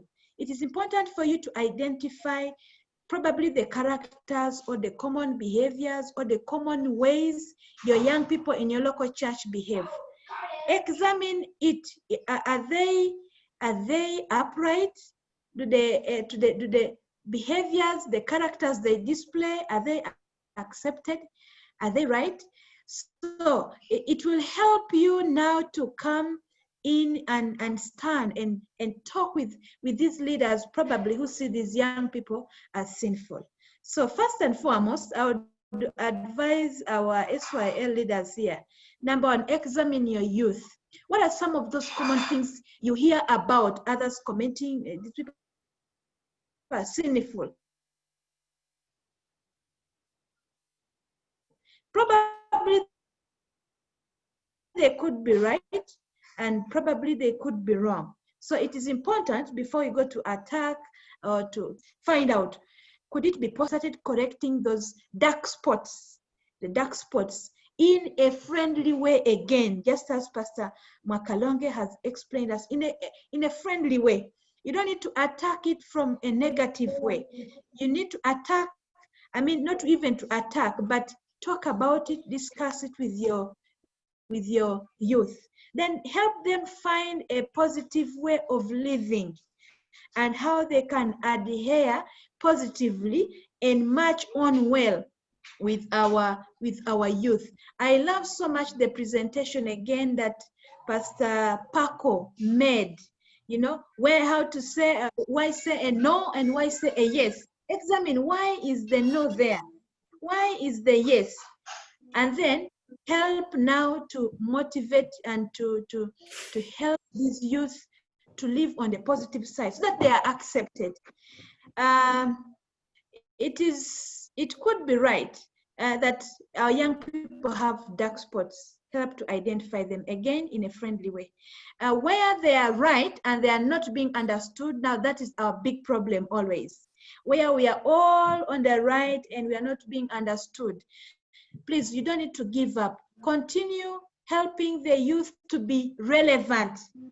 If our young people in our local churches are seen relevant, I assure you, no one will despise them. They'll always refer you. Please, you want this to be done? Call our youth. You want this to be done? Call our youth. So I want to encourage you that for us to remove those dark spots from the leaders in the local church, let us encourage our young people to live exemplary and let them be seen in their local church activities. Let them be involved. If it is Friday, encourage them to come around churches. We've just been relieved to start worshiping, but it is still tough. Now, many of them are still at home. Very few are candidates. Encourage them to go around churches, to clean the churches, so that the leaders will see them relevant. The moment the leaders in the local church don't see the youth relevant, that is why they start saying, no, these people, no. But the moment they say, oh, we want to clean this, why should the deacon suffer alone? And let the ambassadors come and team up. Say, no, we're going to slash the compound here. Let the young adults team up. So what does the church need? We lack plates. Oh, that one can be bought by ambassadors. Each plate is 2,000. Let's contribute. Now, your church will see your youth relevant. And now, whatever activity you want to give, whatever proposal you have, whatever suggestions you have, the elders will really be able to support us. And so, number one, let us help our young people be relevant in the local church. And the moment they're relevant, they'll be seen. Number two, if there are any dark spots, let us not hide as leaders. Let us instead talk friendly. Make it a discussion point. If you don't have a way of beginning it, say, now how do I begin about poor dressing? How do I address it? Bring it as a discussion topic. Phrase that discussion topic well and very attractive. Hey, you will see them bringing their ideas. I used to love the talk about marrying non-Adventists when we were growing up in our local churches. So, hey, should a non-Adventist marry? Should an Adventist marry a non-Adventist? You'll hear their views. Now, it is there that you can begin to help to correct the black spots, the dark spots, and then it'll be relevant. And then also the other way is now standing up. You leaders say, no, but young people, we can do this. But before you tell the leaders in the local churches, we can do this, let the leaders that you're really doing it, then it will be great. Thank you so much, Pastor. Thank you so much, Mama Youth. It was a very good clarification. Dennis, do we have any more questions on the chat room? I see we are out of time. Yes. Can we have those come in a row so that we can hand over to our mom to close? Moderator, maybe you'd give a chance to Miss Susan Mirembe. Oh, yeah. Yes, I saw her. Susan, I have seen your hand up. I had just forgotten. I'm so sorry. Forgive me. Please unmute yourself and ask your question or comment. Yes, I am. Thank you so much, Miriam. And thank you so much, Pastor Mukisa and everyone, whoever has presented today. Now, my question is, Pastor Mukisa, how could a youth leader handle youth who have lost confidence in the topmost leadership? Take an example. Youths learn a lot in their respective classes. The pathfinders, the ambassadors, and the senior youth, they learn a lot. And when they try to put it in practice, sometimes the topmost leaders who may not have gotten a chance to learn what they've learned may stop them or somehow sabotage their plans. So they tend to lose confidence in them. I sometimes had youth say, Mrs. Weissel told us this and this when we are in the ambassador retreat, but the church leaders are saying this. take an example on the youth days, let's say Pathfinder Day, youth days, they may try to organize and put things in practice, but the topmost leaders or the church board may say, we've not passed that, it's not through the church board, and they sabotage them, making them feel bad, and maybe their plans going mute. So how can a youth leader help handle these youth, not to lose confidence in the most top leadership of the church, and also keep them going, not to lose hope in what they're doing? Thank you so much. Thank you so much, Susan. Pastor, could you please answer that question for us? Yeah, it's a very, very good and practical question, and I want to ask Pastor Sentongo to help me. That is closer to local churches. Pastor Sentongo. Thank you. Pastor Sentongo, are you there?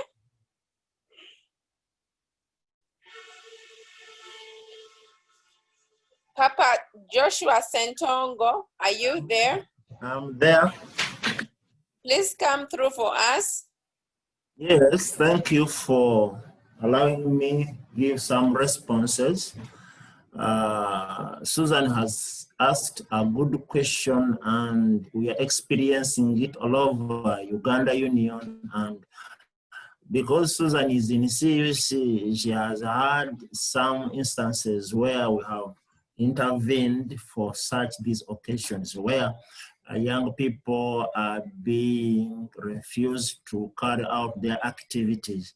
But this is what I think we could do. Let us present our programs earlier a bit, and let us know that this is going to happen, this is going to happen. Now, take for example, I have influenced all International Pathfinder Days and these days where we have had our meetings globally.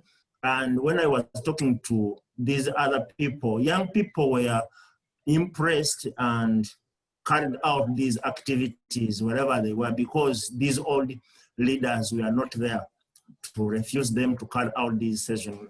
Take, for example, the donation of blood. Young people have done that with the consent of all our pastors. So let us plan a little bit earlier. Let us give out our plans. Whatever activity we are supposed to do in our local churches should be voted by the church board. And when they are voted by the church board, there is no top leader that will refuse you because you have a vote. You just go because you have that vote. It's just a word of reminder that you voted this and we have to accomplish this. This is according to our work plan all over the world. So when everything is voted in your local church, you just do it regardless of the refusal of the leaders, because it was voted. Now, if something was voted, how dare you refuse us carry out this? If it is pandemic, everybody knows that it is now pandemic time. But when anything has been voted in the church board, nobody should stand your way. You need to go ahead with that because it was voted by the church. Thank you, Pastor Sentongo. I think we are 11 minutes past time, so I want to ask our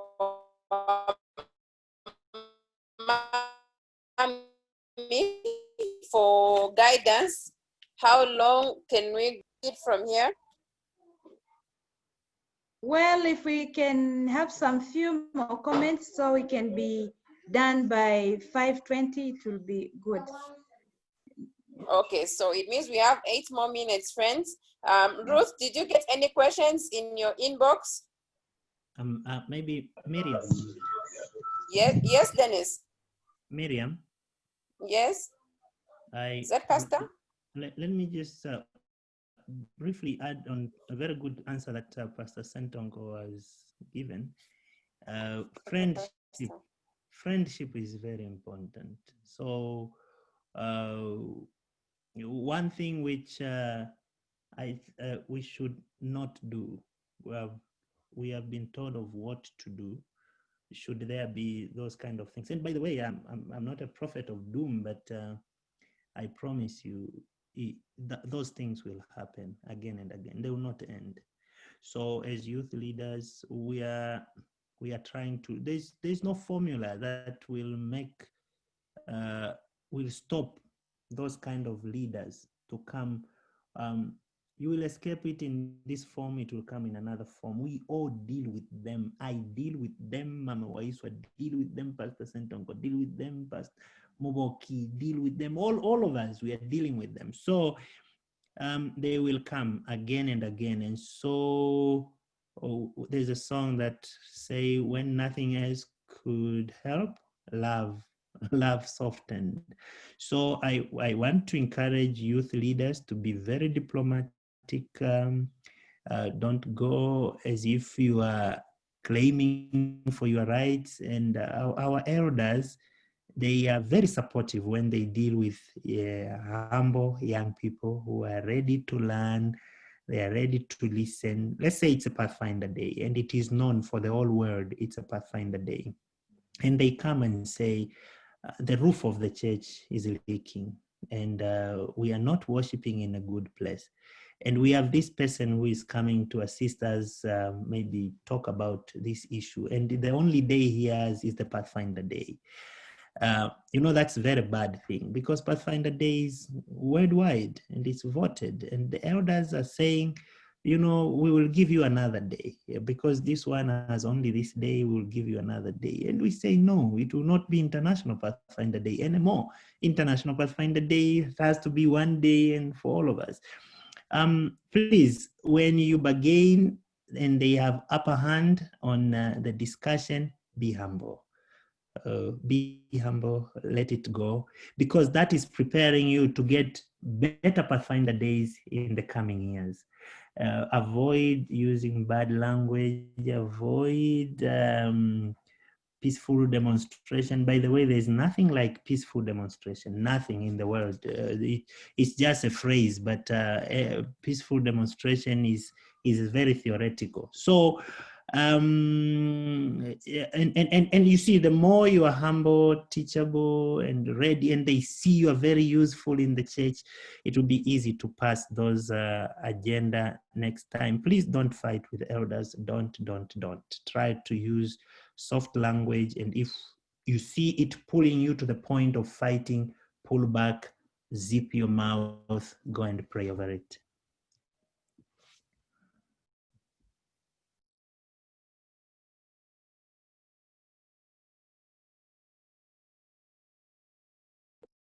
Oh, is Miriam there? I think she's off. Okay. Sorry, Okay, I forgot to Miriam is unmute back. myself. I was actually asking a question and I realized I was muted. I was saying there's another question on the chat room from Rachel, and she's asking, there are some leaders, what would you advise leaders who do not like to delegate responsibility just because they want to be seen as hardworking?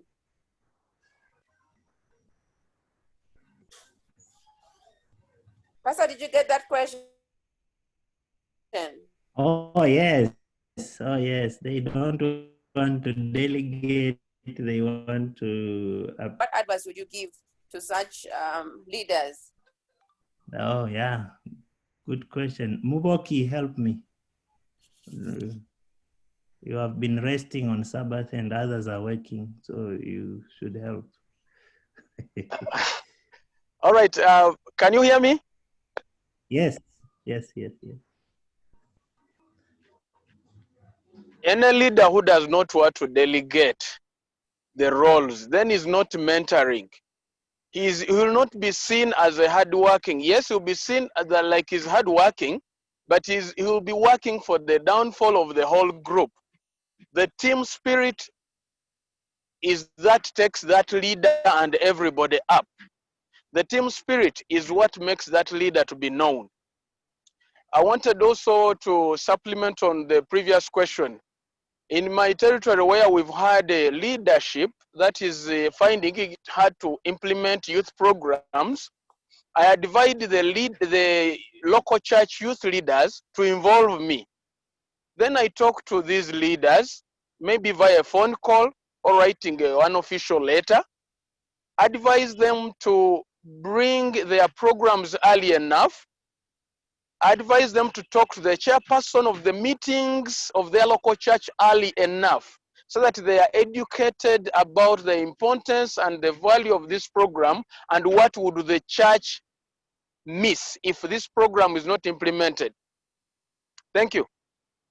Wow, thank you very much. A little addition to that answer of Adam Mwoki, and thank you for that trick. But delegation is one of very difficult science, and it is we are suffering again, not only in the local church, even in the higher organization. Do you know not to delegate is sinful? It's very bad. As Mwoki said, you are killing the ministry because no one person can carry everything. For now, if you are running up and down, it's a youth meeting, you are the one to announce the first song, you are the one to pray, you see what Mama Waiswa is doing. She has delegated. So it is dangerous. So if there's a leader that think that way, he needs to be helped, or she needs to be helped to appreciate the joy of corporate efforts to pull this together.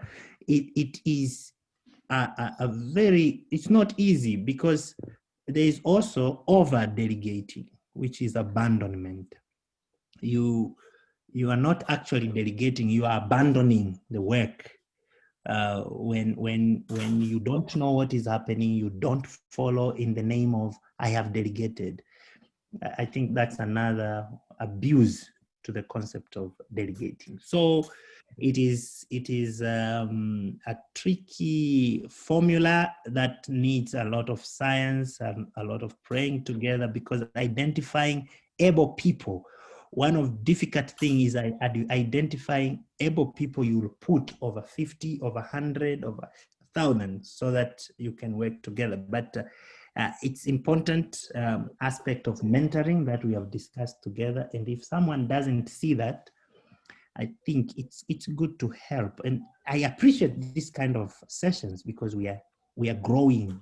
We are really growing in doing it. And so there's that issue of appearing that is working very hard, but there's another bigger disease there of power hungry. There are people who enjoy power, so they think if they are the ones to sign everything, then people will know that they are the most powerful. And so that is a spiritual disease, and people need to be prayed for and helped to change.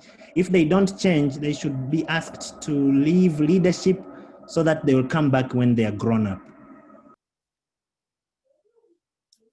Thank you so much, Pastor. I think there's a follow-up question on the losing of confidence of top leadership. Susan needs some clarification, and she's asking, this is a follow-up question to her first question, and she says, I need advice on how a youth leader can handle those youths who have lost confidence in the top most leadership. Yeah, what Susan is bringing is very sensitive. I will start by saying, Susan, maybe the first thing you should not do is, okay. The problem here is when a young person has lost confidence in the leadership. Sister White is talking about it in Christ Object Lessons when she's giving a parable of a sower who went to sow, and some seed were eaten by birds. And when she talks about the seeds that were eaten by birds, she's referring to some parents who talk about unworthy leaders. There are some leaders who are maybe have shown some weaknesses in some areas, and they freely discuss about the weaknesses of those leaders in the hearing of children. Our elder this year doesn't care for youth. I don't know what kind of elder is these people. I don't know those who are electing. Were they dozing? Were they really serious? And you speak so many bad things about the leader. Maybe it is true that leader has a weakness, one or two. But maybe that leader has some strength, and maybe one of the strength is in the way he preach God's word. He can preach the word of God very powerful and win souls to Christ. You forgot to mention that. So children goes with the mentality that Pastor Mwakalonge is very poor leader. He doesn't care about them. By the time I come and I preach a sermon that would help your child, you do not even know, you as a parent, that your child has a challenge in some areas. And it's this sermon of Pastor Mwakalonge that was going to help him or her overcome that challenge. But you don't know, you are very careless.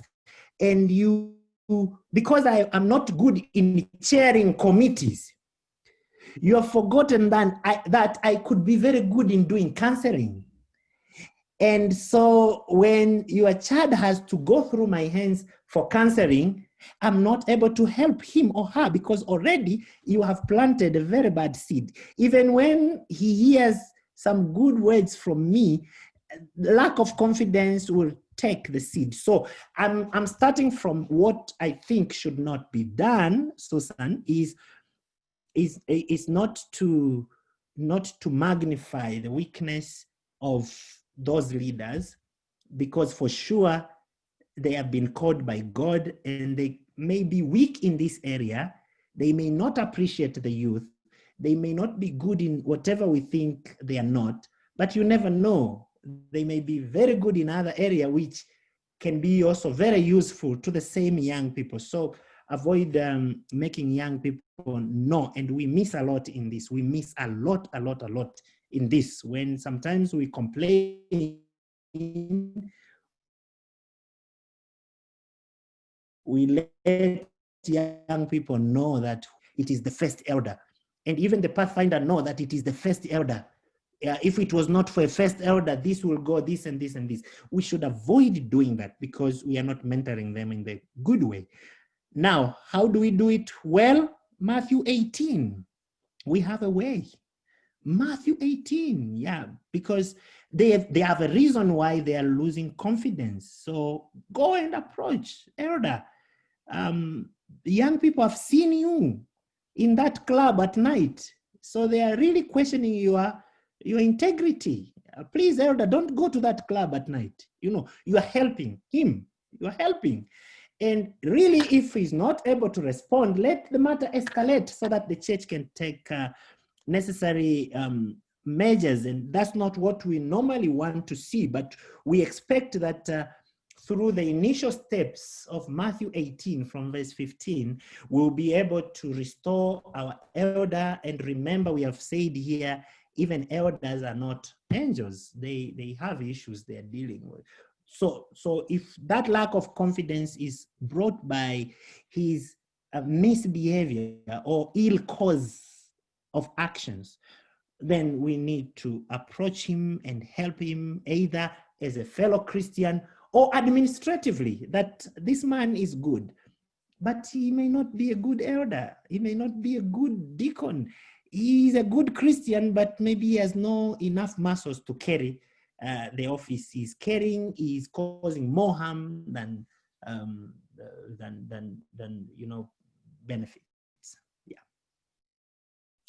Thank you so much, Pastor. I think you have even answered a question which had come through to say that, what if you advise a leader and they are not responding to your advice? What then do you do? I heard you answer that part. So I hope the person who asked that question is satisfied. But there's one thing I would want to ask myself, because I've seen through the comments after the delegation question, I've seen so many people seem bitter about delegating. It means there is a problem in local churches about leaders not delegating. So I want to just ask, what would you advise the youth? How can you advise the youth to handle leaders that do not delegate? Because it seems there's a struggle, there's a push and pull kind of situation going on in our local churches regarding delegation. Maybe the youth are ready to pick the baton from the leaders, but the leaders are not ready to hand over the baton for them to pass it on. So how can the youth handle this situation? Yeah, Mama Youth, help me. Difficult questions, Mama Waiswa knows how to answer them very, very well. This is tough. This is hard. Yes. Hey, Pastor, that question is very tricky. Is very tricky, but by God's grace. Now, leaders who don't want to delegate, how can we deal with them? First and foremost, Mama Youth, you know that, yes, please. The question was, how do you advise the youth to handle themselves? Because I think before you handled the leaders that don't delegate. Now, if you look through the church group, there are some people who are even saying that they piss me off. They have used strong words in the chat room. So I have a feeling that people are bitter about leaders that don't delegate. So they themselves, the youth, ask the youth, what would you advise us? How should we handle ourselves in the face of leaders that don't delegate? Okay, thank you so much. In the leaders who don't want to delegate, how can we now behave as youth? If you know that they don't want to delegate, please, you don't need to go on complaining. Now you leaders, now this is how you behave. We do not need to fire back. After realizing there is a problem here, it is at that very point that you need to check on yourselves and say, number one, there is a lesson for me here. I can learn to delegate. That is a number one lesson for you, that you start delegating to others to not behave in that way. 2, take up opportunities. If you know that this leader does not want to delegate, but is dying with this thing, now you as the youth leader, if in case there is such a task to do, and this leader is always go before that leader and say, please, can I help you do this? Or if it's already some assignment you think he's failing always to do it because doesn't want to delegate, do it and bring and present it. You see, Elder, I think this is what I tried out. How best can you help me direct?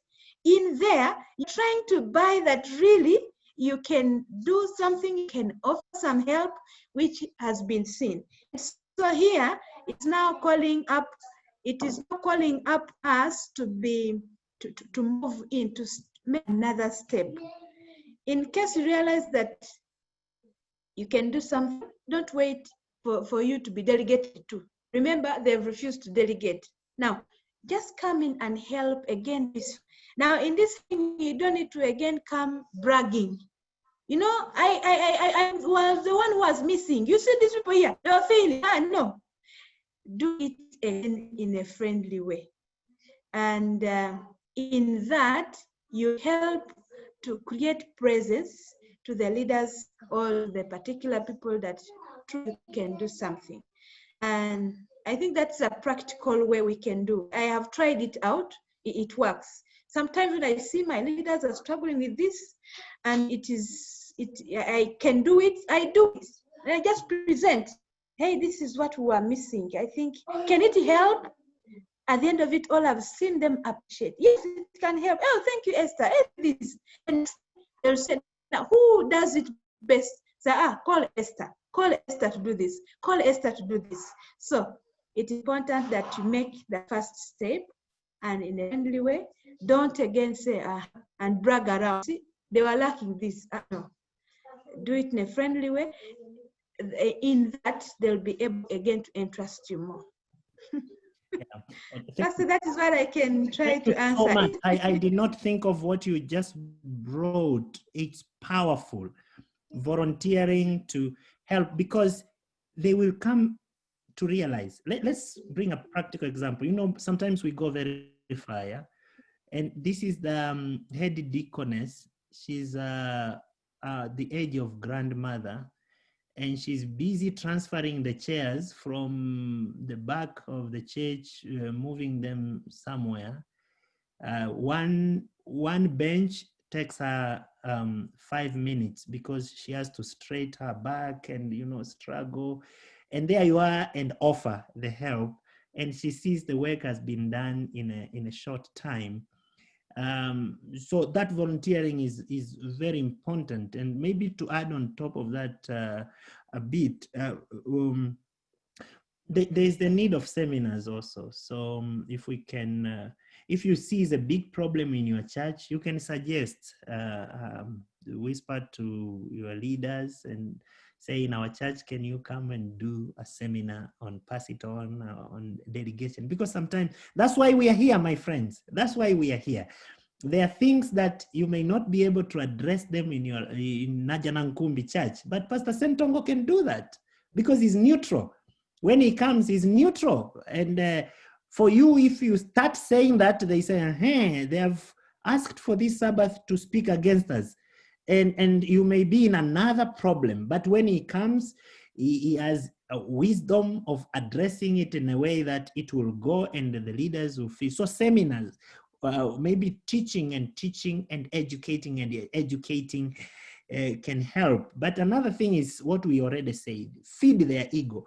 For instance, if you have moved the benches, you have helped this head deaconess who was so much into herself, she could not even, the young people are here, they are practicing the song, and she could not go and say, my daughters, my sons, kindly help me to move A, B, C, D, E. So use Mama Waiswa suggestion, very practical. Oh, we see you are doing this. Can we assist? Can we give you a hand? And sometimes you don't need even to ask. And you just ask her, where do you want them to go?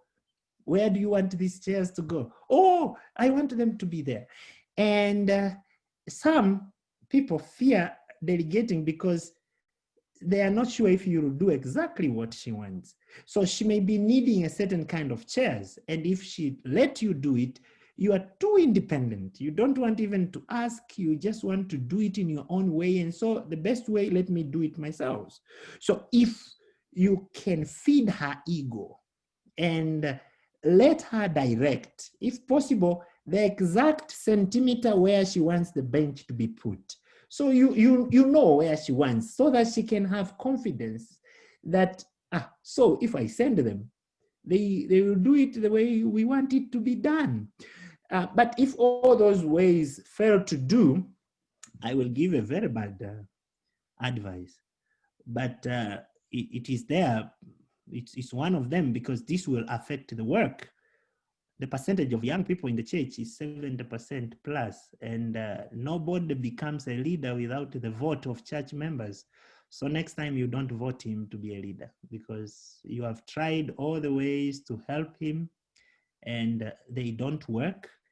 When next time you hear there's a business meeting, go there in a big number and make sure you put your vote to have leaders who know, who respond.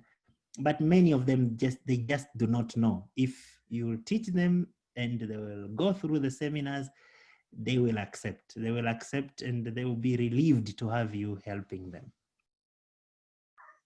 Thank you so much, Pastor. Pastor Sentongo, would you like to add anything to that?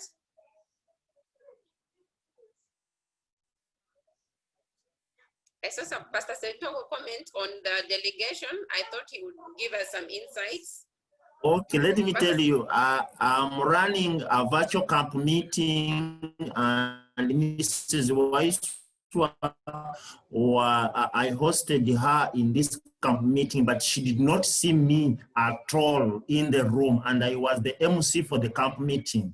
I delegated responsibilities, and the camp meeting has run very well, and they're appreciating me. Work is there, and it is that person who has now received the certificate. But had I not delegated that responsibility, that person wouldn't be happy right now, and he's just calling that, Pastor, thank you very much. Therefore, delegation is just a leadership skill. Whoever does not delegate missed out that skill. Therefore, we need to delegate our younger people the way they should do things. If we delegate them, they'll do things better than even what we can do. Thank you very much.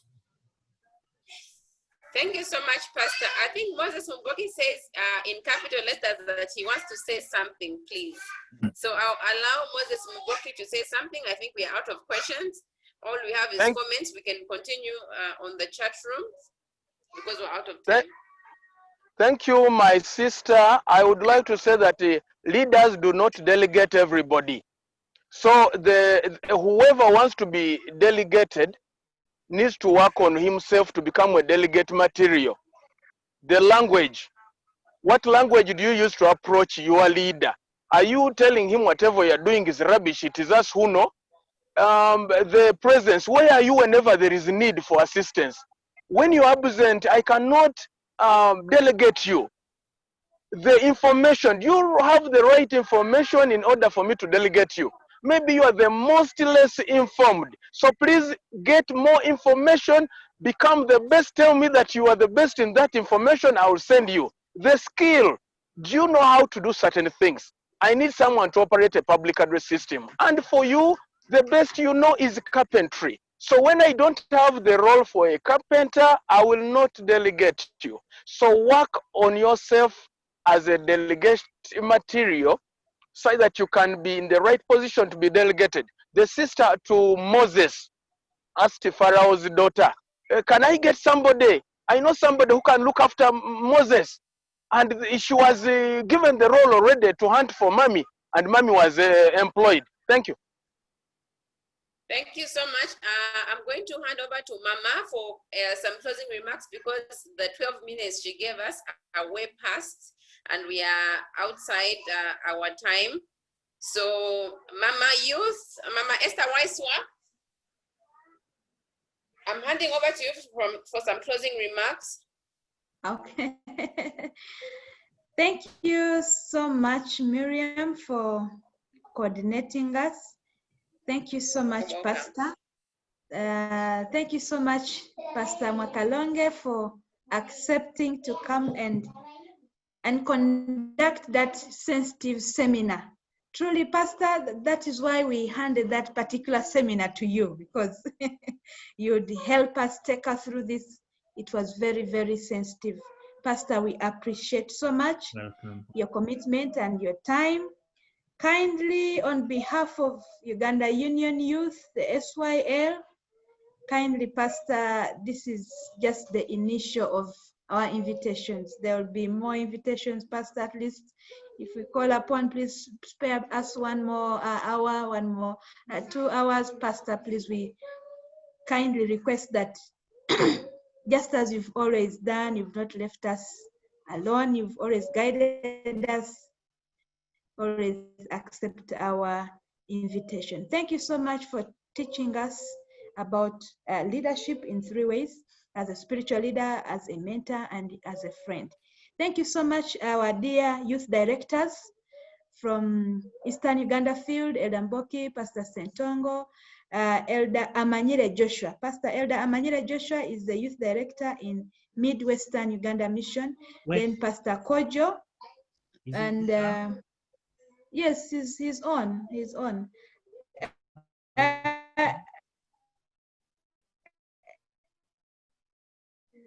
He's on, and Pastor Kojo, and so I want to up. Kojo is on. Pardon? Is Kojo in? Pastor Kojo, I think he left, but we are always together, all the directors here. Yeah. So we want to thank God that He has brought us to this end of our presentation. Thank you so much, participants, for sparing time. It was really worthy. We don't count of the time, we count the presentation and the richness of the presentation. And it's a blessing to have our leader. When our leader spares time for us, we count it a big blessing. Out of all the 12 or 13 countries, unions rather, and choosing to accept it is a big commitment. Pastor, thank you so much, with all my directors and all those responding to the questions. Again, tomorrow we have our last seminar, and then we will put out again the timetable for the month of October. So don't miss out tomorrow again. It's another key area that you need to do, what battles us a lot, and that is understanding the youth. We are going to have Mrs. Esther Sally, who will present this topic. She has done a lot in with the husband in presenting about the young people, understanding them. And so don't miss out again tomorrow to our SYL participants. Again, we continue inviting more OEMers, 1 year in mission. We'll continue sharing more and again, respond to all the calls, because we've started registering. Pastor will be giving you a great report. So thank you so much. God bless you. And thank you, Dennis. Thank you, Miriam. Thank you, Ruth. Hope Ruth will post our attendance today. And we will get the presentation from Pastor Mwakalonge. He will send me that I sent to our participants, those who would wish to get that PowerPoint. May God bless you, and let us meet tomorrow. And before Pastor Mwakalonge comes to pray for us, I would ask all of us to put on our video, and we just take the photo for today. Let me hope Dennis is there to do it. He does it best. Dennis, are you there? Yes, I am. Yes, please. We are asking everybody to put on the videos so that Pastor knows that he has been talking to people. Pastor, today's attendance, we were over 90 because people attend in groups. Oh. So Wow. I'll ask everyone to turn on their video. Simon Busagwa, hey, you put on your video. Yes, and Dennis, are you taking that picture? Yes, I've started taking them. Huh? Wow, look nice.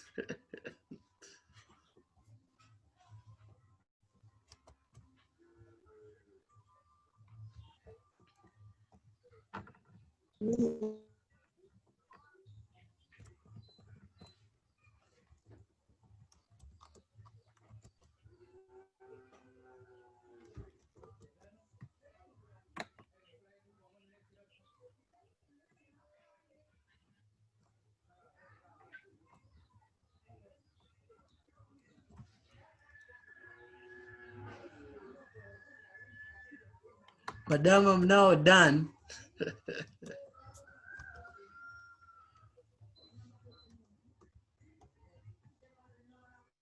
Madam Esther? Mama? Are you there?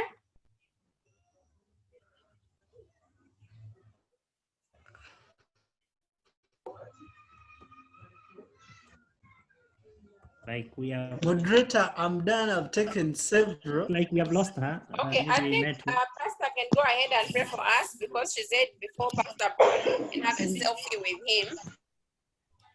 It's okay. Pastor, kindly lead us into the closing prayer. Okay, thank you. And maybe before I pray, Pastor Sentongo, and I know the message will go to Mama Waiswa, this issue of delegation, maybe another forum should be created, and to see on how it will be addressed, because I have read the comment. It is a concern. It is really a concern, and the work will delay. The work will delay if it's not addressed well. So thank you so much. Shall we pray?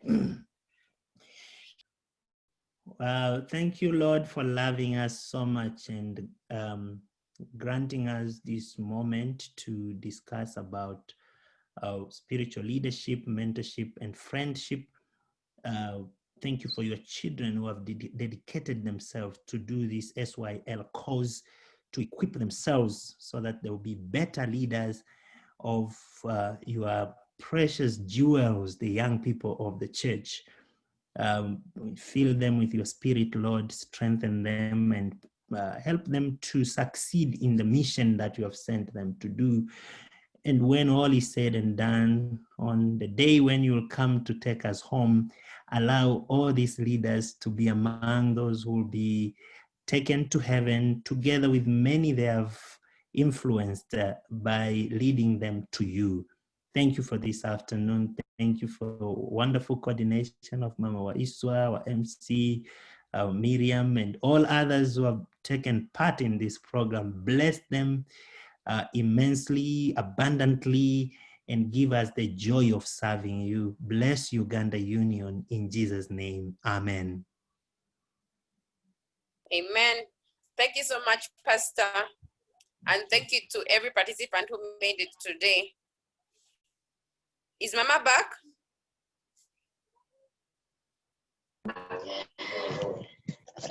Yes, Miriam, I am. Oh, she's back. She's back. Yeah.